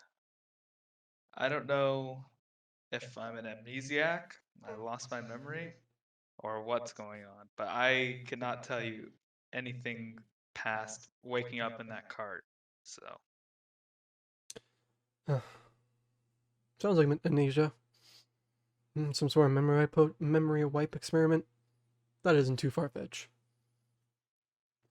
Nevertheless, you guys are here. Seems like Bruce has been indebted to you in particular. I think for now, I'm probably gonna, like, this is out of character, by the way. I think for now, I'm probably gonna keep, like, the fact that I had an actual life, like, outside of this kingdom kind of to myself. Yeah. I don't really want to go around spouting that. Yeah. I think that for sure my character will want to definitely talk to both the other ones since they both knew about America. So, but probably not gonna tell like these guys. Yeah, that's completely fine. You guys don't have to reveal anything you don't want to. These are just people trying to have conversation with strangers who are in a cart. Yeah, I know. I just wanted to just kind of clarify that. just say it. Yeah. Also, I noticed I started leaning into Bruce's voice. I'm trying to keep my voice down while also doing other voices, which puts me into Bruce's voice. Whatever, you guys know who I'm talking as. And so I kind of want to talk to Nicole because I've never seen magic ever like before. I'm like, what were you doing with those fireballs and all that crazy stuff? What's going on? Nicole will, you'll see her kind of like lift her head, and you'll see now her eyes have glasses on, as well as peer through her hat.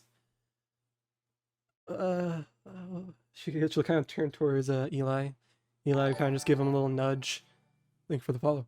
Eli will kind of just give her a little nudge, and she'll say, what do you mean in particular? What kind of school of magic I do, or my simple casting? I mean, I am unfamiliar with pretty much everything. Eli will nudge her. Remember amnesia? You don't really know. Oh yes. She kind of like just brought it back a little bit. Well, the I have been Ill. It's just amnesia. well. She's trying to explain magic right now to a Yeah. person who doesn't know magic, and magic is a part of the world. It's just something that they don't really know Yeah, where to start in. everyone knows. Everyone knows, and so trying to pinpoint where to start and where to explain magic is quite difficult to her. It's a foreign subject. Well, I am I am part of the wizard college here. And well, I should probably have my list of names out. Here in Barmonian. I was part of the college here. I was mentored underneath the great wizard of the capital. I practice in the School of Arts of Illusion, but I am known from time to time to go into more drastic measures like the fireball you saw earlier. If you're asking me in particular what I'm still trying to wonder. Do you not know at all what the magic arts are about the god Corlon, or about the schools of magic, about any of that? No, I don't know. Yeah, A keep rundown poking on me. gods and other important things would be very helpful though. I'm trying to regain as much information as I can. Well, my expertise is in the magical arts, and so I can tell you this. We believe through history, though it is not certain for sure, but it is the most commonly believed that a god called Corlin gifted the magical essence to every soul uh, on this planet. He is the goddess, or he is the god of the magic and the arts, and those who seek out the specialties and to extract that essence from their soul are able to form it in physical manners, such as she'll lift up her hand and produce some flame from her hand, such as simple magic like this.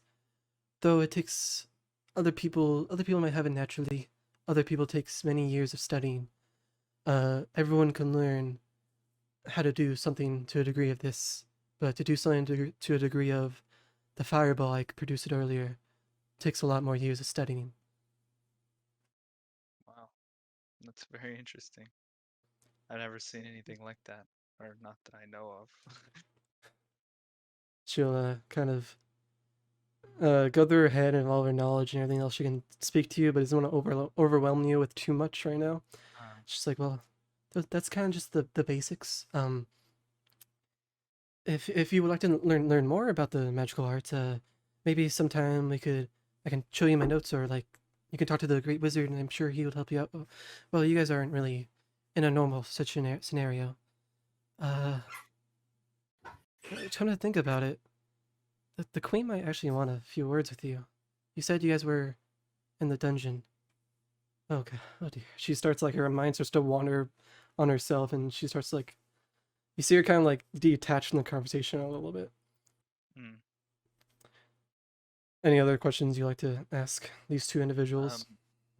Yeah, I will say, so if your offer stands, is there any way that I would be able to contact you? Uh, if well, she kind of looks around to the city, and she kind of looks like across. She kind of lifts her head up, looks, and you see her look towards a district of, and you see this huge tower. It kind of stands out from the rest, considering it's the only like major tower in the middle of what seems to be that part of the kingdom. Mhm. And you notice that the tower, a part of the side of it is kind of like broken off, as if like something like rammed into it or something was slinged at it.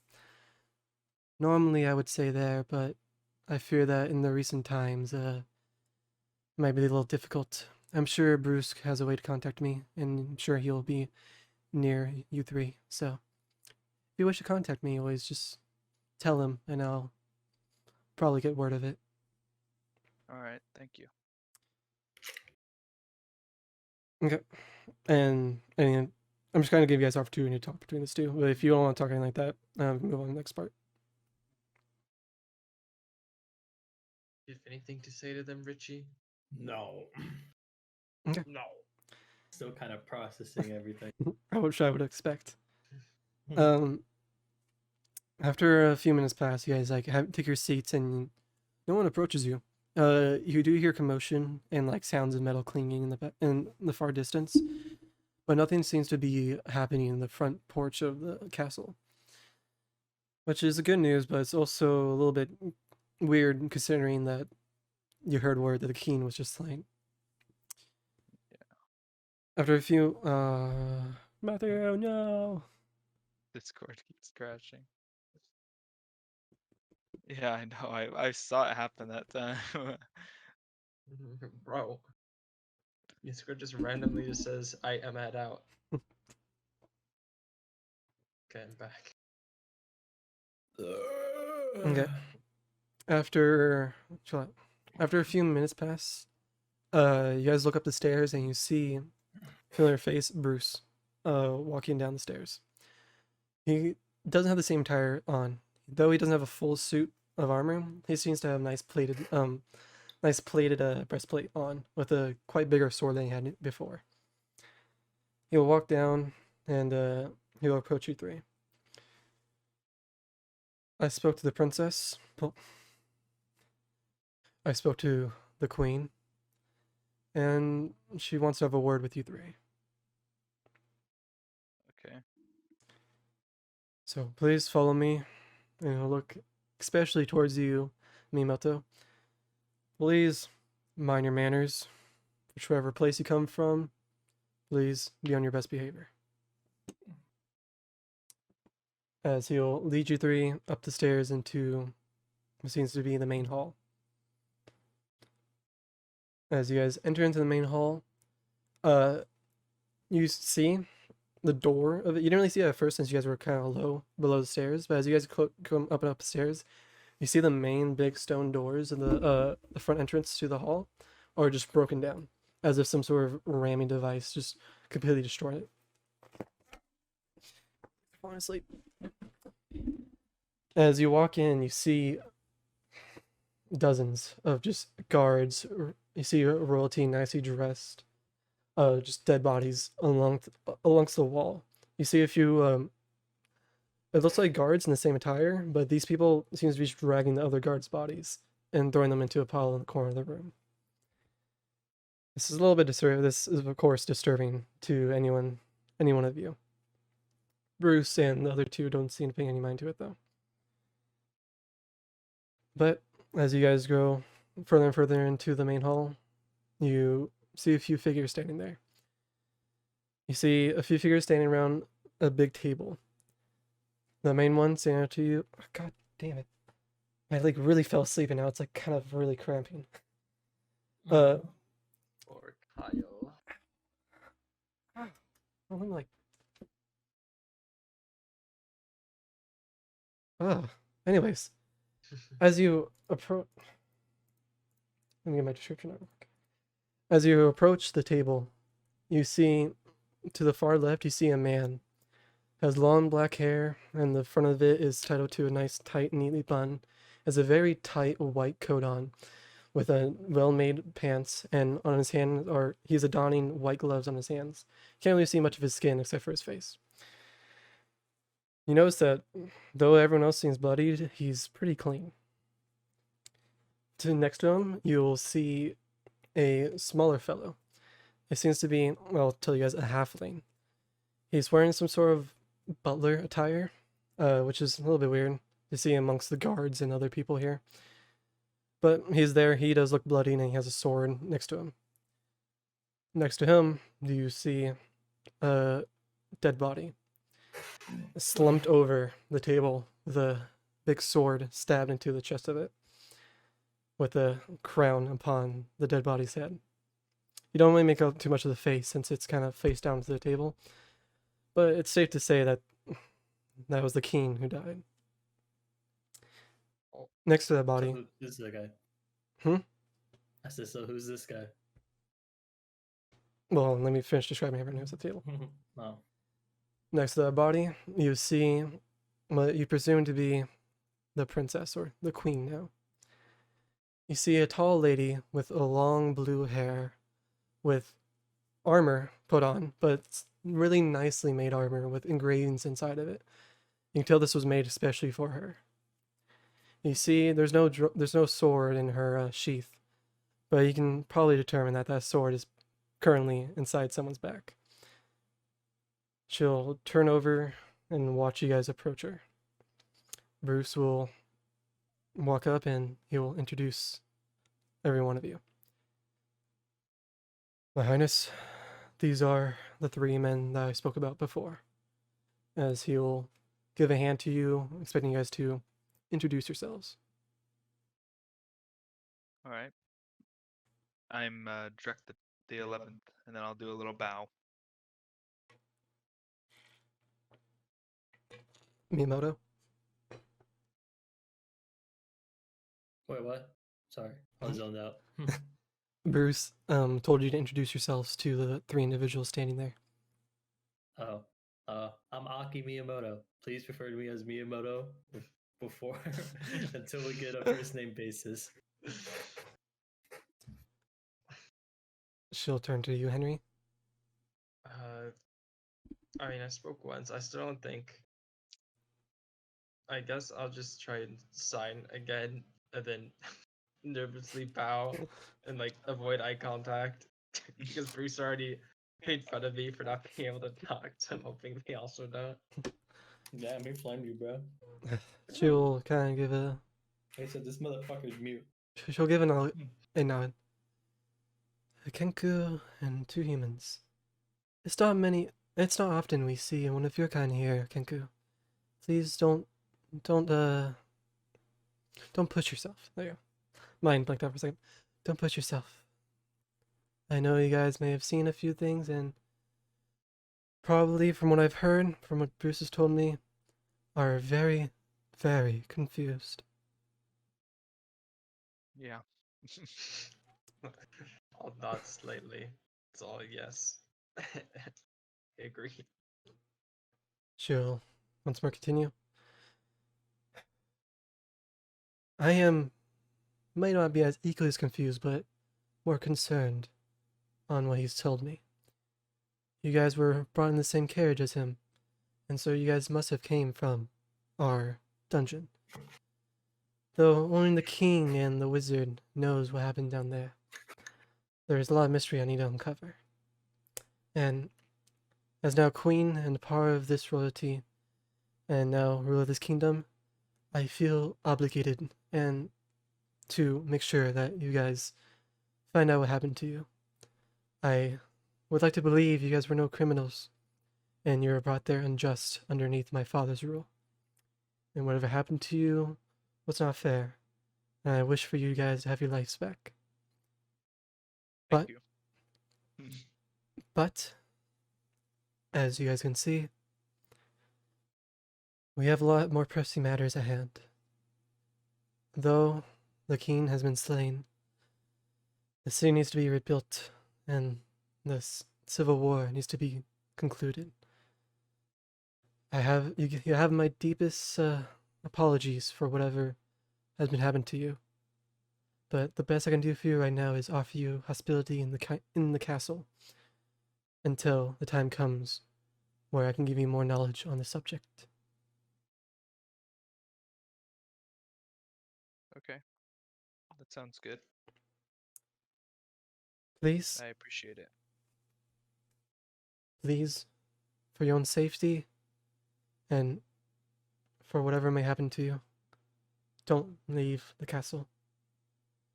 Partially because we don't know what's out there, also because we don't know what you guys might hold, what experiments may have happened to you, and we don't know what other people might do with that information.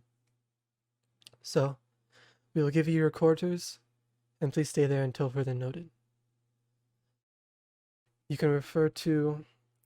She'll kind of wave to the half elf, or sorry, half ling, in the butler outfit. Our butler Han will be taking care of you and show you to your rooms. Okay. Han, Quickly. Mhm. Before we go, Han Solo. would I be able to talk to Bruce some more later? she'll say, as Bruce, as I have been told, you did save my royal guard, and for that I am grateful.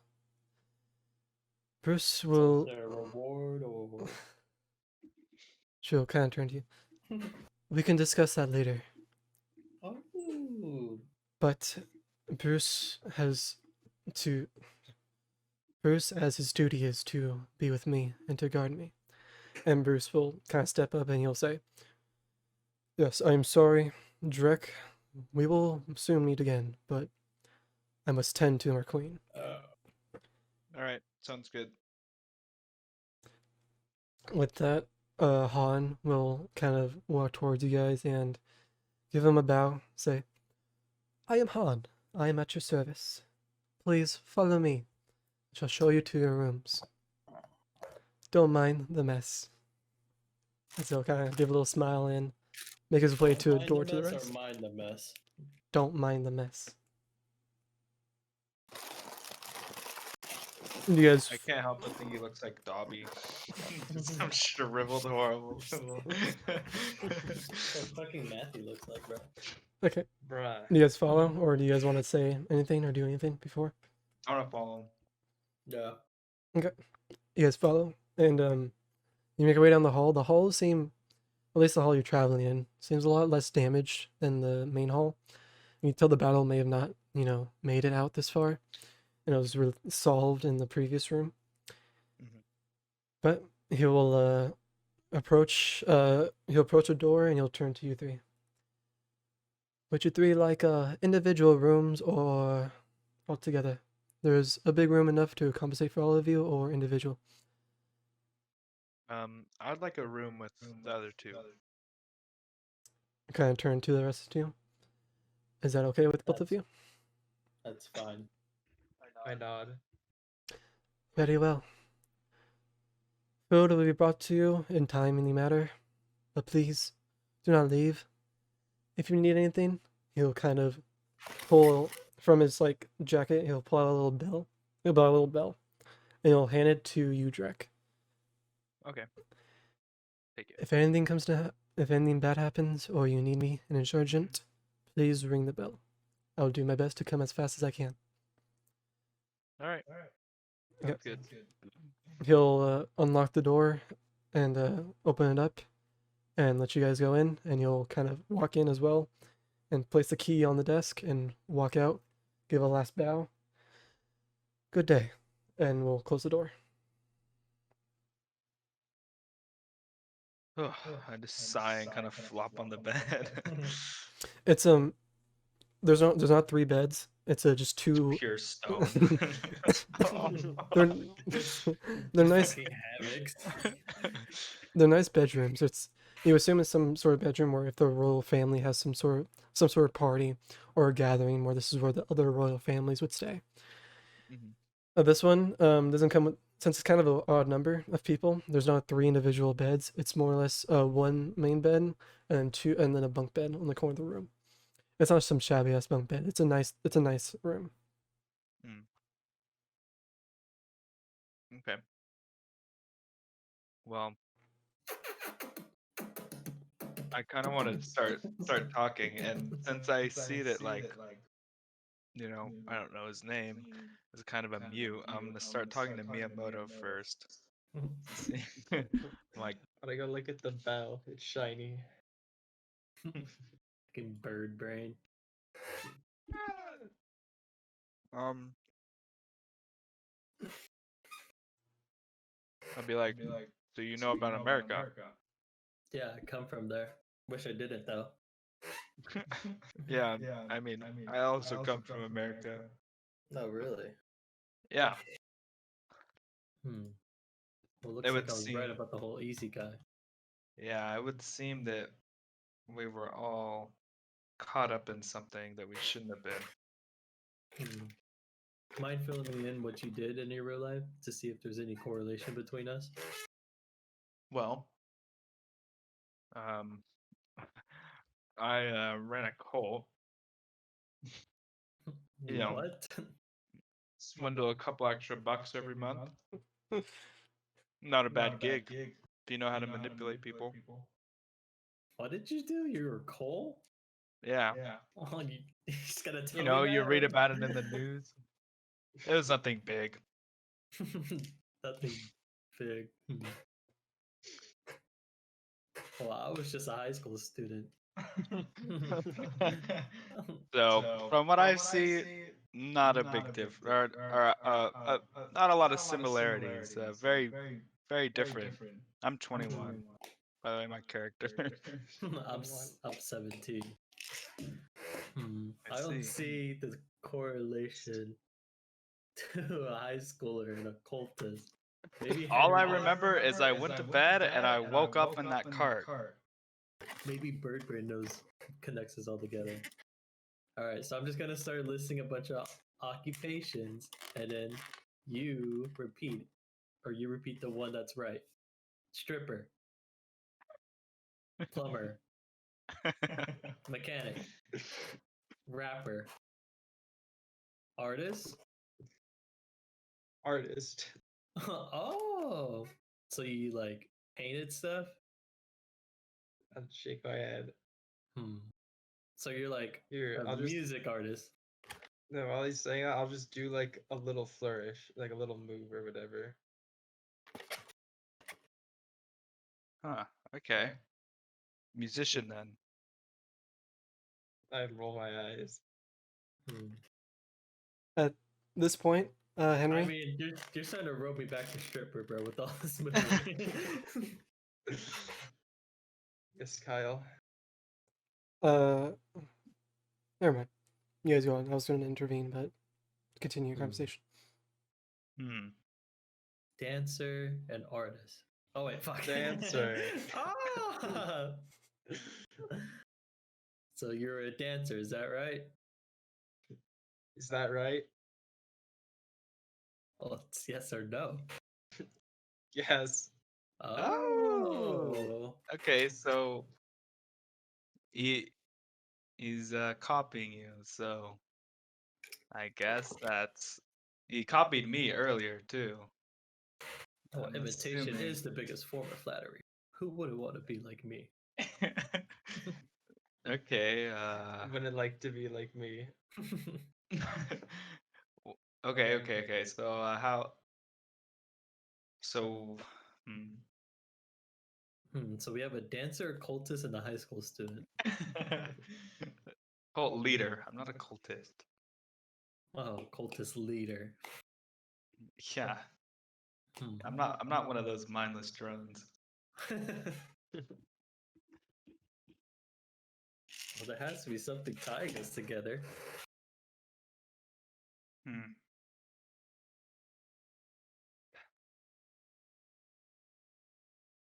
I don't know. I guess we'll just have to put a pin on it.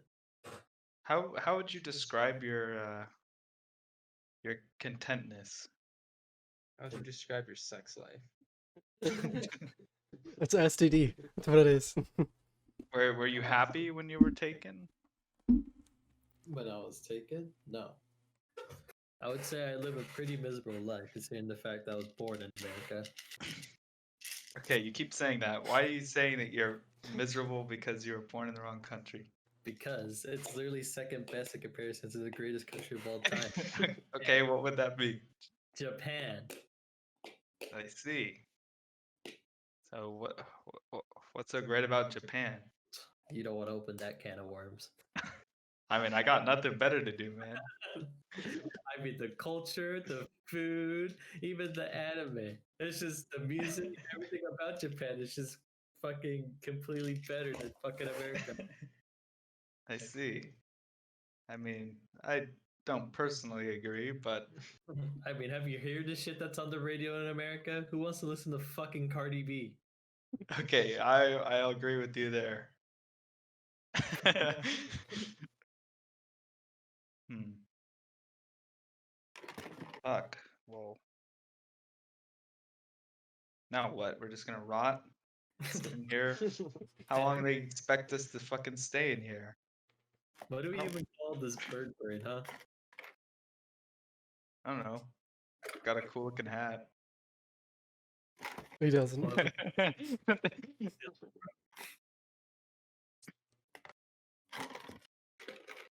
By the way, you guys are still inside your horrid, rugged prison clothes. Oh yeah. Oh, I need to take a shower, bruh. Do too. Maybe we could shower together. Nah, I'm good. What? It's it's Japanese. Look, man, I don't really care for Japanese culture. It's the I'll be honest. bond between us three. It seems as if we're stuck here together for a reason. Might as well become a team. Yeah, I'll become a team, but I'm not gonna start baiting with you, bro. Maybe the feathered one. But nah, not me. Well, You we do shake have his the head. bell. If you guys Very intently. if you guys look through the room, which I assume you guys will probably do eventually, you'll find that there are clothing inside the closet. Just a spare, like kind of nice clothing. Probably it's one looks like sleeping wear. Uh, but besides that, there's also a side room, which is a personal bathroom with a tub there. Oh, hey, imagine that. Looking around. All right. Yeah, I'll go first. So I want to dig through like the cabinet and take like a pair of clothes that I think will fit me, and then go wash off and change. Yeah, easy enough. You go in and you take the spare clothes and you Is go to there wash hot yourself. water? Yeah. So, you do notice Coming. next to the next to the tub, you see a stone that's next to it. The stone has some sort of like glyph on it, and next to that stone is another one with some sort of glyph on it. One of them has a red, and one of them has the blue. One of them is colored blue. I mean, I can only imagine that the red will be hot. So, I like touch it? I'm like, oh, what the fuck? You touch it, and then you see the engrave the engravings of it start lining up a little bit. It starts from the longer you hold it, the more the engravings fill up, and when you let it go, it just kind of stops there. But as you touch it, you start seeing water starts to form from the bottom of the tub. Okay. Well, I'll put my hand in to like, test the heat of the water. Uh, Yeah, well, I mean, you didn't hold it down all the way, I would assume. So yeah, it's not boiling. yeah, it's a nice warm All right. bath. Is there any soap? Yeah, so there's accommodation there. You see a nice bar of soap next to it. Cool. All right. Rub it up, dub. Yeah, you wash up, and you do smell hell of a lot better than you did before. And you Yeah. go ahead and come out. You come out and with your new attire on.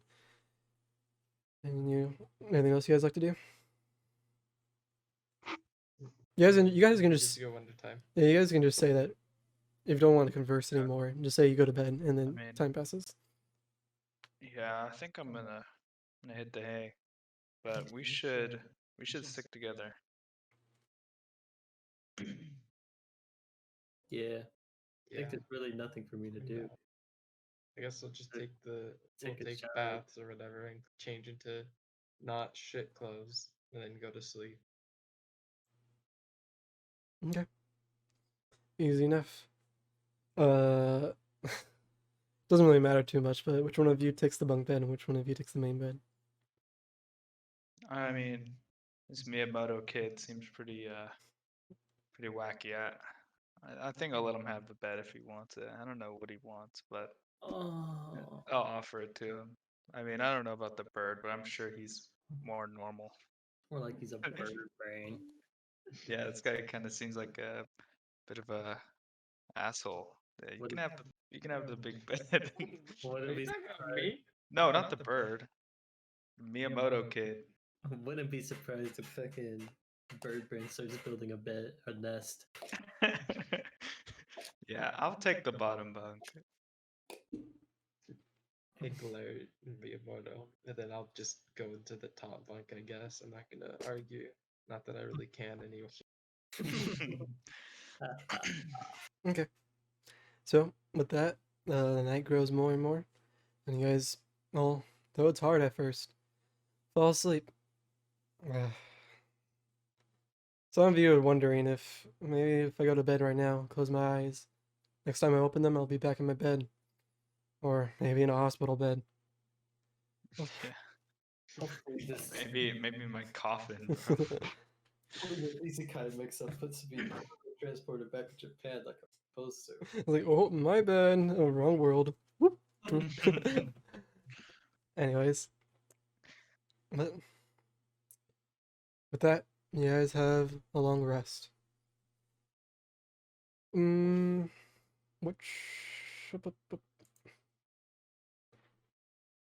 and after your night's rest, I would say it'd probably be Drek who wakes up first, but let you guys wake up in the morning. You wake up and you hear a knocking at your door. Okay, I'll go answer it.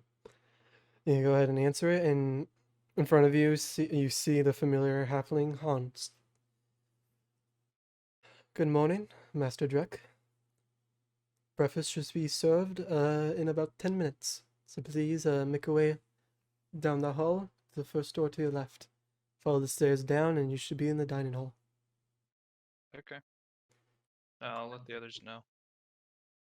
Good morning, and then farewell. And then he'll go ahead and walk off, seemingly doing his own business. Okay. I mean, I guess I'll like kind of shake the others awake. Be like, yo, breakfast in 10 minutes. Hoggers. Okay, I'm hungry. I'll get up for breakfast. I thought you were talking about IRL. No. Okay. As you guys make your way down the what? So I kind of want to look around, like while on our way. Like I want to be pretty much taking everything in. Okay. As you make your way out the hall, you kind of look around. You see the same way you entered from the main hall. You know, if you go back, you'll be at the main hall. And he told you to go forward, though, deeper down the hall into downstairs where the dining hall is. Mhm. I said hall way too much in that sentence. Anyways, the hallway doesn't look like anything special there. There's a one long red carpet that goes down it all, and you see a few potted plants scattered about, and multiple doors, which you assume are just more rooms for guests. But besides that, nothing really catches your eye. Okay. You guys make your way downstairs to the dining hall. There you see a long rectangular table with many seats there. You notice at first that there's no one else sitting there. There's just 3 plates there, seemingly for you guys. Hmm. Hans will be there standing behind one of the chairs. See you guys coming, he'll say, breakfast is served. Please take your seats. All right. Thank you. You guys take your seats, and you guys all have the same meal. Just basic eggs, breads, sausages, and meats. Very nice, actually. Something you'll expect from a royalty place like this. It one thing that comes to your guys' mind is that you got an eerily familiarity of just kind of like a hotel stay. So this guy, just a Yeah. butler, kind of just serving you here, giving you breakfast, giving you a room, It's a bed and breakfast, bro. and you forget for a second that the kingdom's kind of in a civil war right now. And his butler's kind of just here standing there, watching over you guys, taking care of you like a personal hand. He'll stand there behind you. Is there anything else you guys would like for your meal? If not, I have other duties to attend. That Yeah, we would should be all. good. Very well. I put my hands like this and say "Itadakimasu." You should ask if they have chopsticks. Wait, one more thing. Do you guys have chopsticks? I believe we do. Wait for a second, and I'll retrieve that for you. Damn, they actually do. As he will walk back into the kitchen, and he'll bring out 2 pairs I'm of just chopsticks. gonna start eating. A pair of chopsticks. Hen- Hoggers. Henry, it's very weird for you. You're eating. It's the first time eating with a beak. And True, so I probably just try and eat like it's normal, and then I'm like, smack my beak with the fork. Like, oh wait, Is this thing in the way? Yeah. You can't even chew. You have to pull everything now. Yeah, you have to like swallow it whole. Well, you can Well, make your way. You know how to eat normally. You just would you would need it to be mashed up a little bit, which is just you kind of finely cutting. You notice you do have a easier time swallowing the chunky bigness of the food. Uh, anyways, yes. So eating it is a little bit difficult at first. Like you kind of bump your fork against your beak and like oh, and like kind of take your time like a toddler feeding himself. But eventually, you guys finish your food. figuring it out. Mm-hmm. Just Hans, how to eat tutorial. Hans, before leaving, will address you three and say,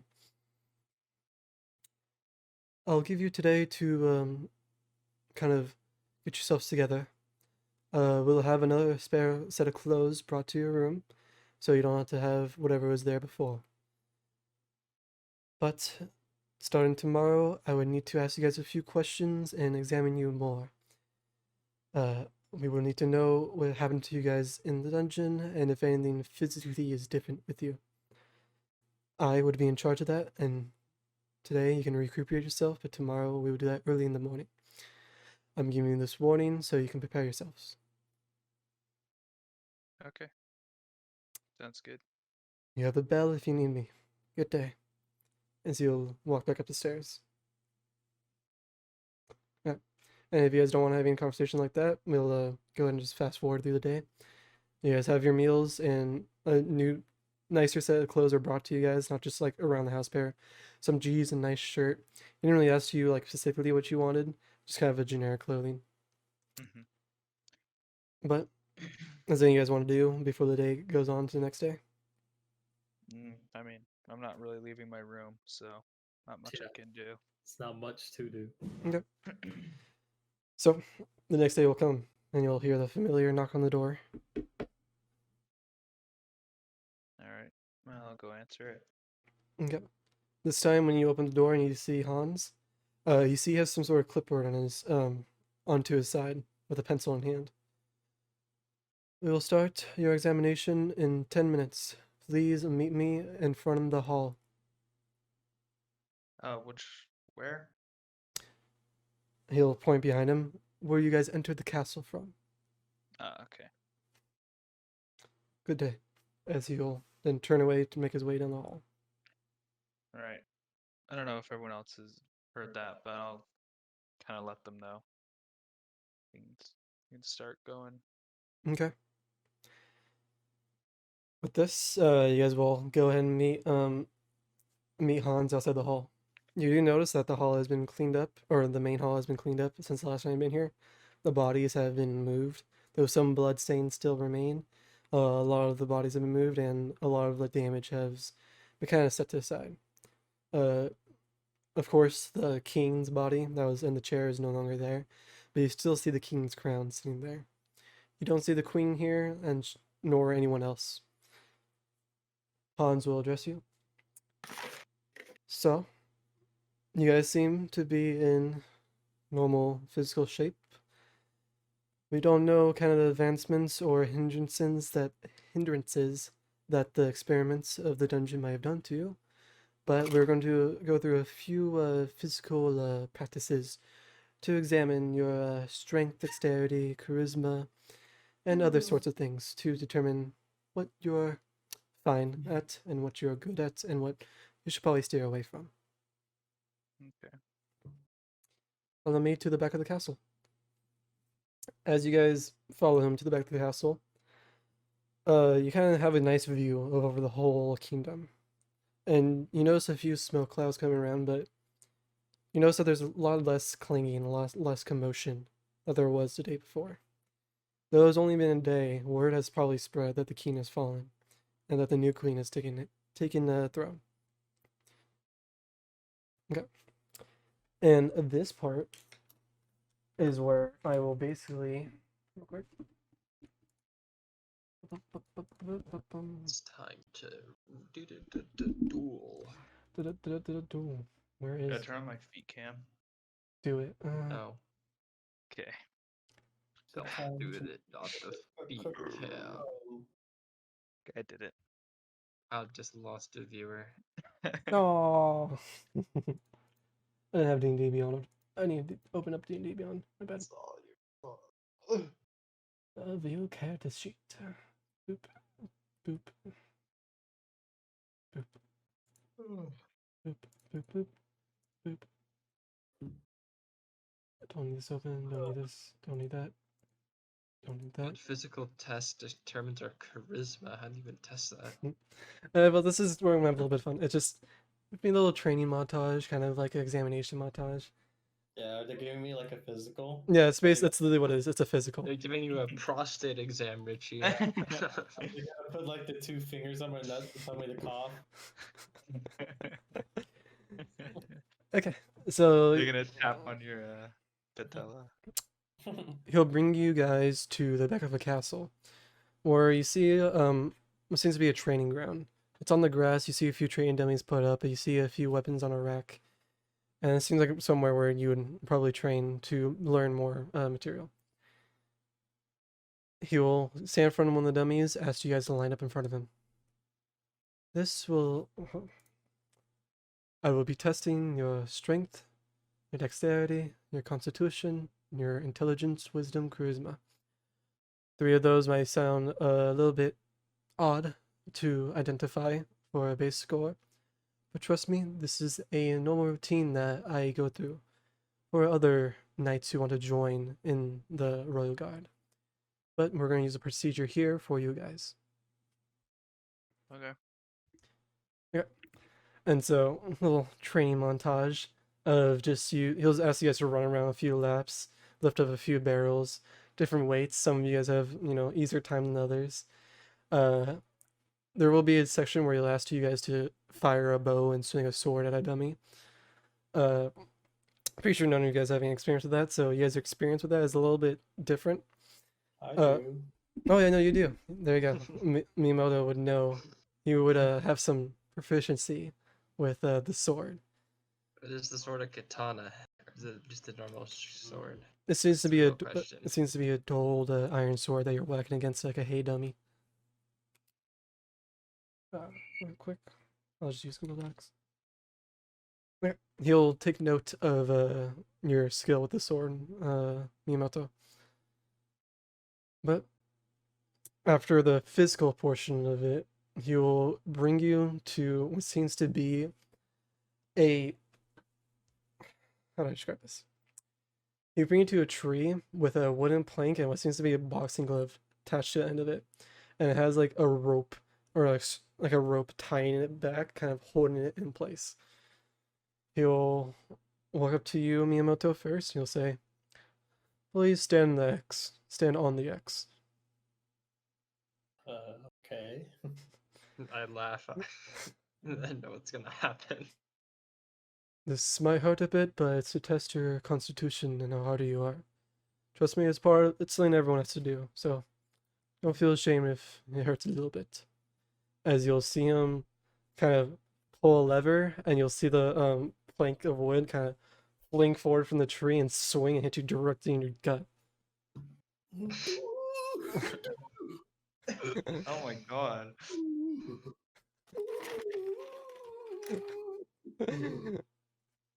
You'll kind of right down. Do you stand your ground? You have +2 constitution, so you'll probably stand your ground, though the wind is knocked out of you. Okay. What the fuck was that? Just a scoring. He'll go ahead and look over to you two. Which one of you like to go next?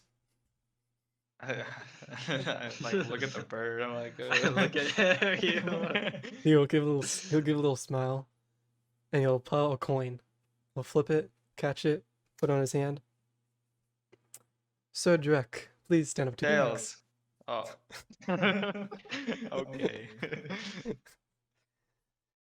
Okay. You can feel free to brace yourself. As you see him, surprisingly, this little guy is able to pull back this wooden plank and hook it onto the latch once more. 3, 2, and then he pulls it down. And it swings over and knocks you in your gut. You take... He just punked you like that. 3 went on 2. I know. Strong. He you take it surprisingly well, though you do get it does hurt. It doesn't also knock the wind out of Yeah. you, but you stand your ground. You know, brace it a little bit more, and you kind of take it a lot better than the previous man. He kind of gives you a little, kind of gives you a little nod and right side down. Well, that's up to Kenku. Bro, I thought that +1 to Constitution was gonna be good. If she got knocked out with the +2, I'm gonna get fucking slammed. As you're a little bit, I'm kind of negative. as you're a little bit shorter than everyone else, he'll give you a kind of a stool or a stump of wood to stand I on. get fucking knocked off the stool, bro. It's so it doesn't hit you in your face at the very least. I guess that is better. I do apologize, but this is what we do for this motherfolk. Please try to stand your ground. As he'll 1, 2, 3. As he'll let it go and they'll swing and hit you in your chest. You having you having the lowest constitution of them all. Kind of like your one gets knocked out of you and you do get knocked off the stool. As you kind of go down to the floor, you kind of like trying to catch your breath. Just squawk angrily. He'll jot It's down not some notes. pleasant.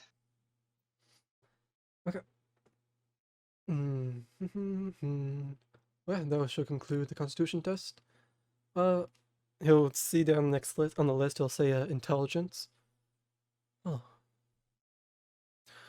Well, usually we go off of basic schooling that you're supposed to be taught here in the kingdom. They kind of just test your general knowledge of it all.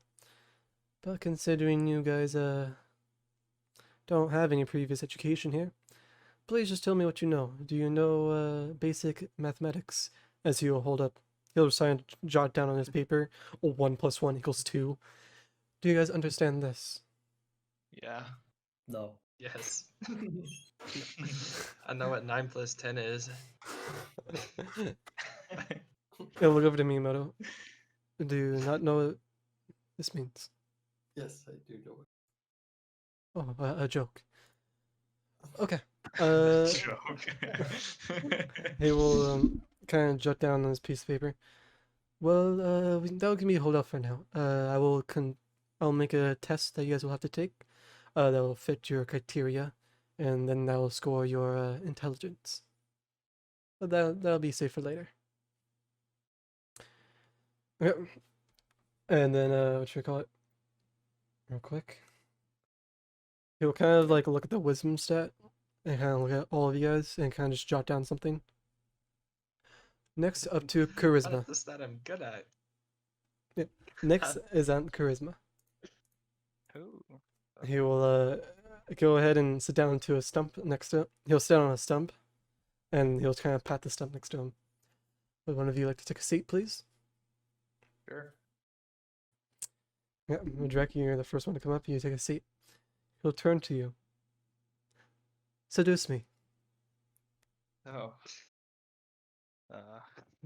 I'm not gay. I mean, he doesn't know that. Oh, Well, it's kind of hard to seduce someone that I don't even really know what they look like. I want to hear Oh. Miyamoto try to seduce someone. I have one more description of him. Here. I will have a picture of him that I use as reference. Ugh. Where the fuck's my roll 20 at? There it is. Oh no, that isn't the character that I wanted. Yeah, it is. Never mind. Oh. I'm just gonna post in Discord chat. So it seems like the portrait has him as looks like a full-grown normal human, but he's just it's just that but halfling. Where'd you post this? It's uploading right now to general chat. Oh God. Oh, where the fuck did I put it? Better not be from Legends of Runeterra again. Nah, it's from the Pinterest archive. Pinterest archive is nuts. Hey, Gotti. I see. The image I sent you is still named what I named it.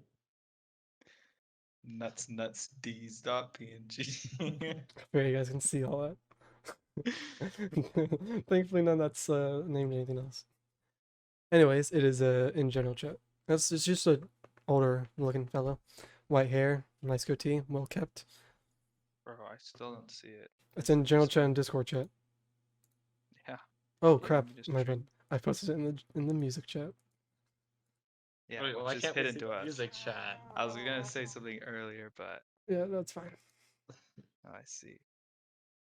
Yeah, his face kind of looked like a square though. True. You got a flat top. Mhm. Okay, okay, okay. He's very pale too, isn't he? Mhm. Hmm. I think I just drag an icon for This is hard. the viewers. Just that, but a halfling.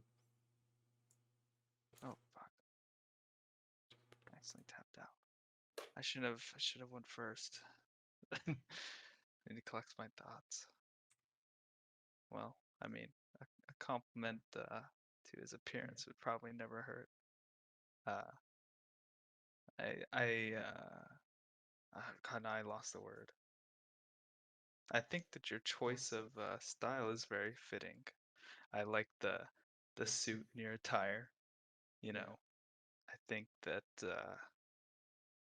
it's very very Those are- classy. Those are Look good. compliments, not seduction. Well, I mean, I'm not gonna try and sexually seduce him. I think just, you know, flattery is a good pathway to seduction. You know, you got to make them feel good first, right?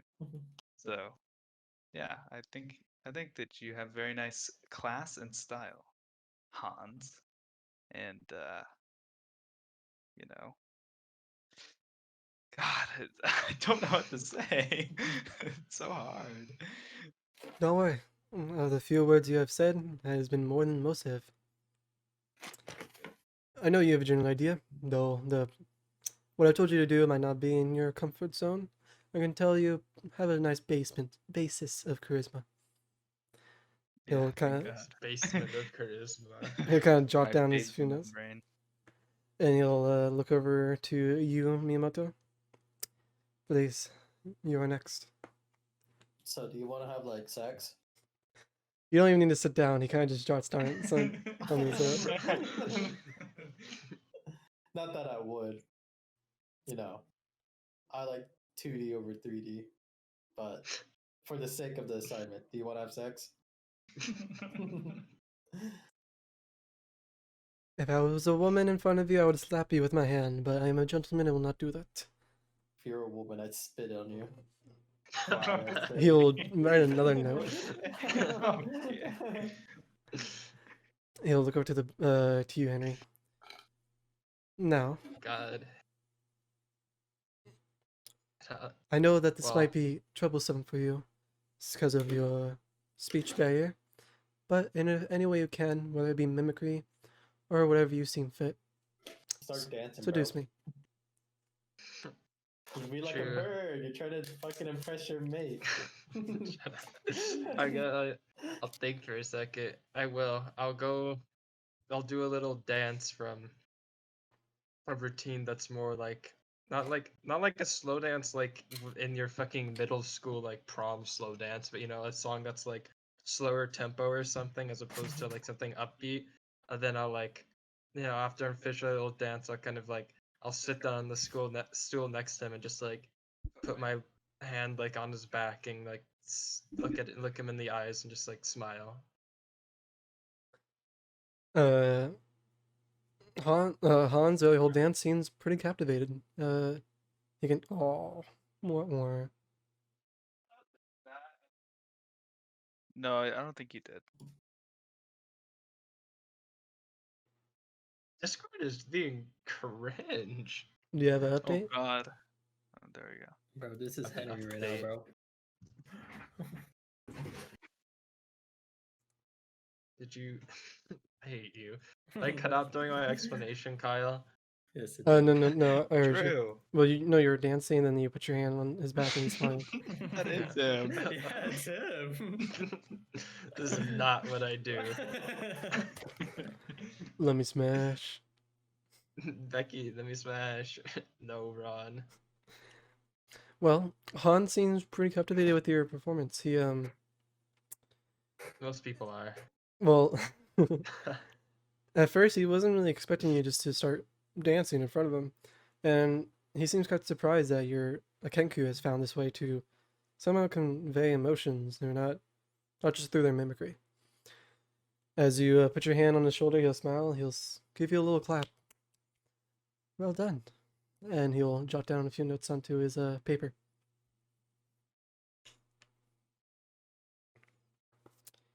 Okay. With that, we'll conclude the. Oh, here. Well, that will conclude the last of the tests. We rated your strength, dexterity, and we only have to conclude. We have to do your intelligence, but that would be done tomorrow, as I need time to make the test. But so far, I would say we'll start with you, Miyamoto. Your strength is a little bit below average, but not your strong suit. I would give you a 9. That out of 10? Oh no, no, it's okay, I see what's happening. Yeah, never I mind. probably should I probably should have said this earlier. The maximum score you can get on an average It's a basis 30. is a 20. But with magical means and special experimentation, you can be above it. You can first be seen as a 30. And that's mainly what the experiment is to do. See if your body has been altered in any way to have your score be above a 20. I'll tell you right now that it seems like you guys don't have any enhancements inside your physical attributes. Though some do seem promising. But to resume, Miyamoto, your strength is a 9. Not your strong suit, but your dexterity seems to be where your strength lies. You scored a 16 out of 20. Your constitution is a 14. Your wisdom, it's a 15, above average, pretty well. And your charisma, I gave you an 8. What? Not your strongest suit. I would recommend working on your pickup lines. You know what? Let's I have think sex. You think I'm just not your type. That may be. There's a lot of fish in the sea, as they say. On to you, Drek. Your strength is similar to Miyamoto's. It's a bit below average. I give you an 8. Your dexterity, though, is pretty well off. I give you a 15. Constitution seems to be one of your best attributes. I give you a 16. You seem pretty hardy in that. Your wisdom, though you do seem confused a lot, and I could probably read off your person, it doesn't seem to be too high. So I'll give you an 8. Your charisma stat, though you performed to me, was a little bit off. I knew that your base material that you're trying to go off of was quite well, and so I gave you a 16 in that. Yeah, didn't have much to work with. Not many do. You trying to say, oh, Hans? What do you mean you didn't have much to work with, bro? Are you saying Hans is ugly? Throwing a bit of shade, but it's Henry, as a similar attribute in your 3, I'm not sure if it was some sort of experimentation that your 3 similar had, but your strength also isn't that well. I give you an 8. Your dexterity, though, does seem pretty high, along with the others. You have a 16. Though not as hardy as the others, you do have above average constitution. I give you a 12. Your wisdom, though, seems above par. I gave you a 15. Your charisma and your performance put in a few extra points with me. I gave you a 15. Now, you guys might be wondering, what do all these stats mean? Like I said before, it's mainly to determine if anything was altered with your bodies, but it was also to test your physical attributes and see which role you would fit well within. As I bring out my list of names again. Yeah. Ball. Ball. Okay. Okay. I don't know. Miyamoto could speak Japanese too. Can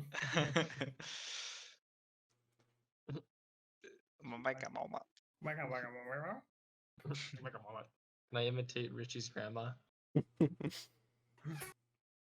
God damn it! I think I wrote it in my phone. All my notes didn't go past.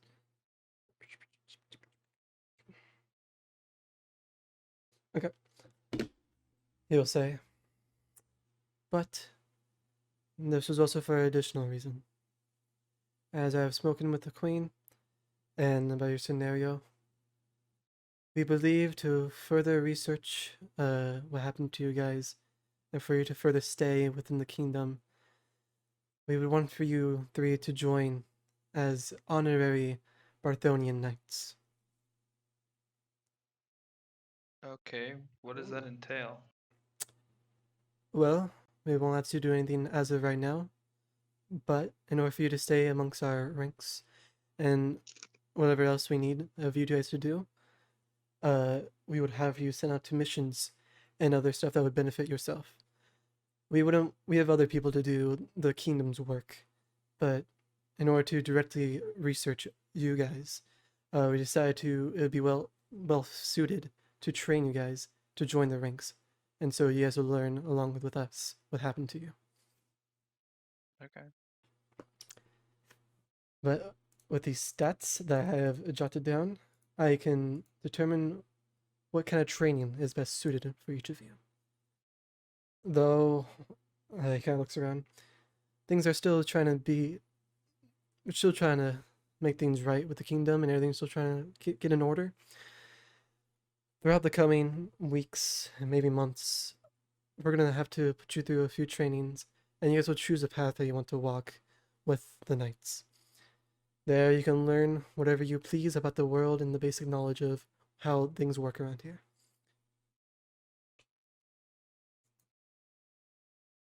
All right. Sounds good. Okay. So, when can we get started on doing that? Oh, no time soon. I'll give you today's training or today's physical examination. That was all I needed today. Once we get all the main generals and all the main trainers back in hand and everything situated, which should take about a week or so if everything goes well, we will contact you and we will begin your training. All right. Will we still be able to stay in the castle? Of course, as long as you guys all agree to this proposition. Yeah, I agree. Sure, why not? The nod. Very well. I thank you for your future service, and you guys can return to your rooms. Anything you need, just ring the bell.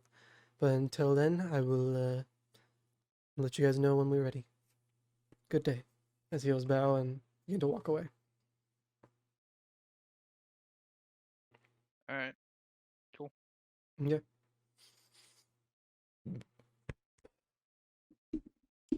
So, with Jesus, with that, it's kind of where I will say that a time skip's gonna happen, where it's gonna be about 2 months from this day to the final day of training, I should say.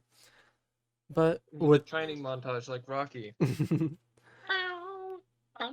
And actually now the Rocky. But I will run you through some sequence within these months of how your characters learn their classes and the people you meet and any knowledge that you learn.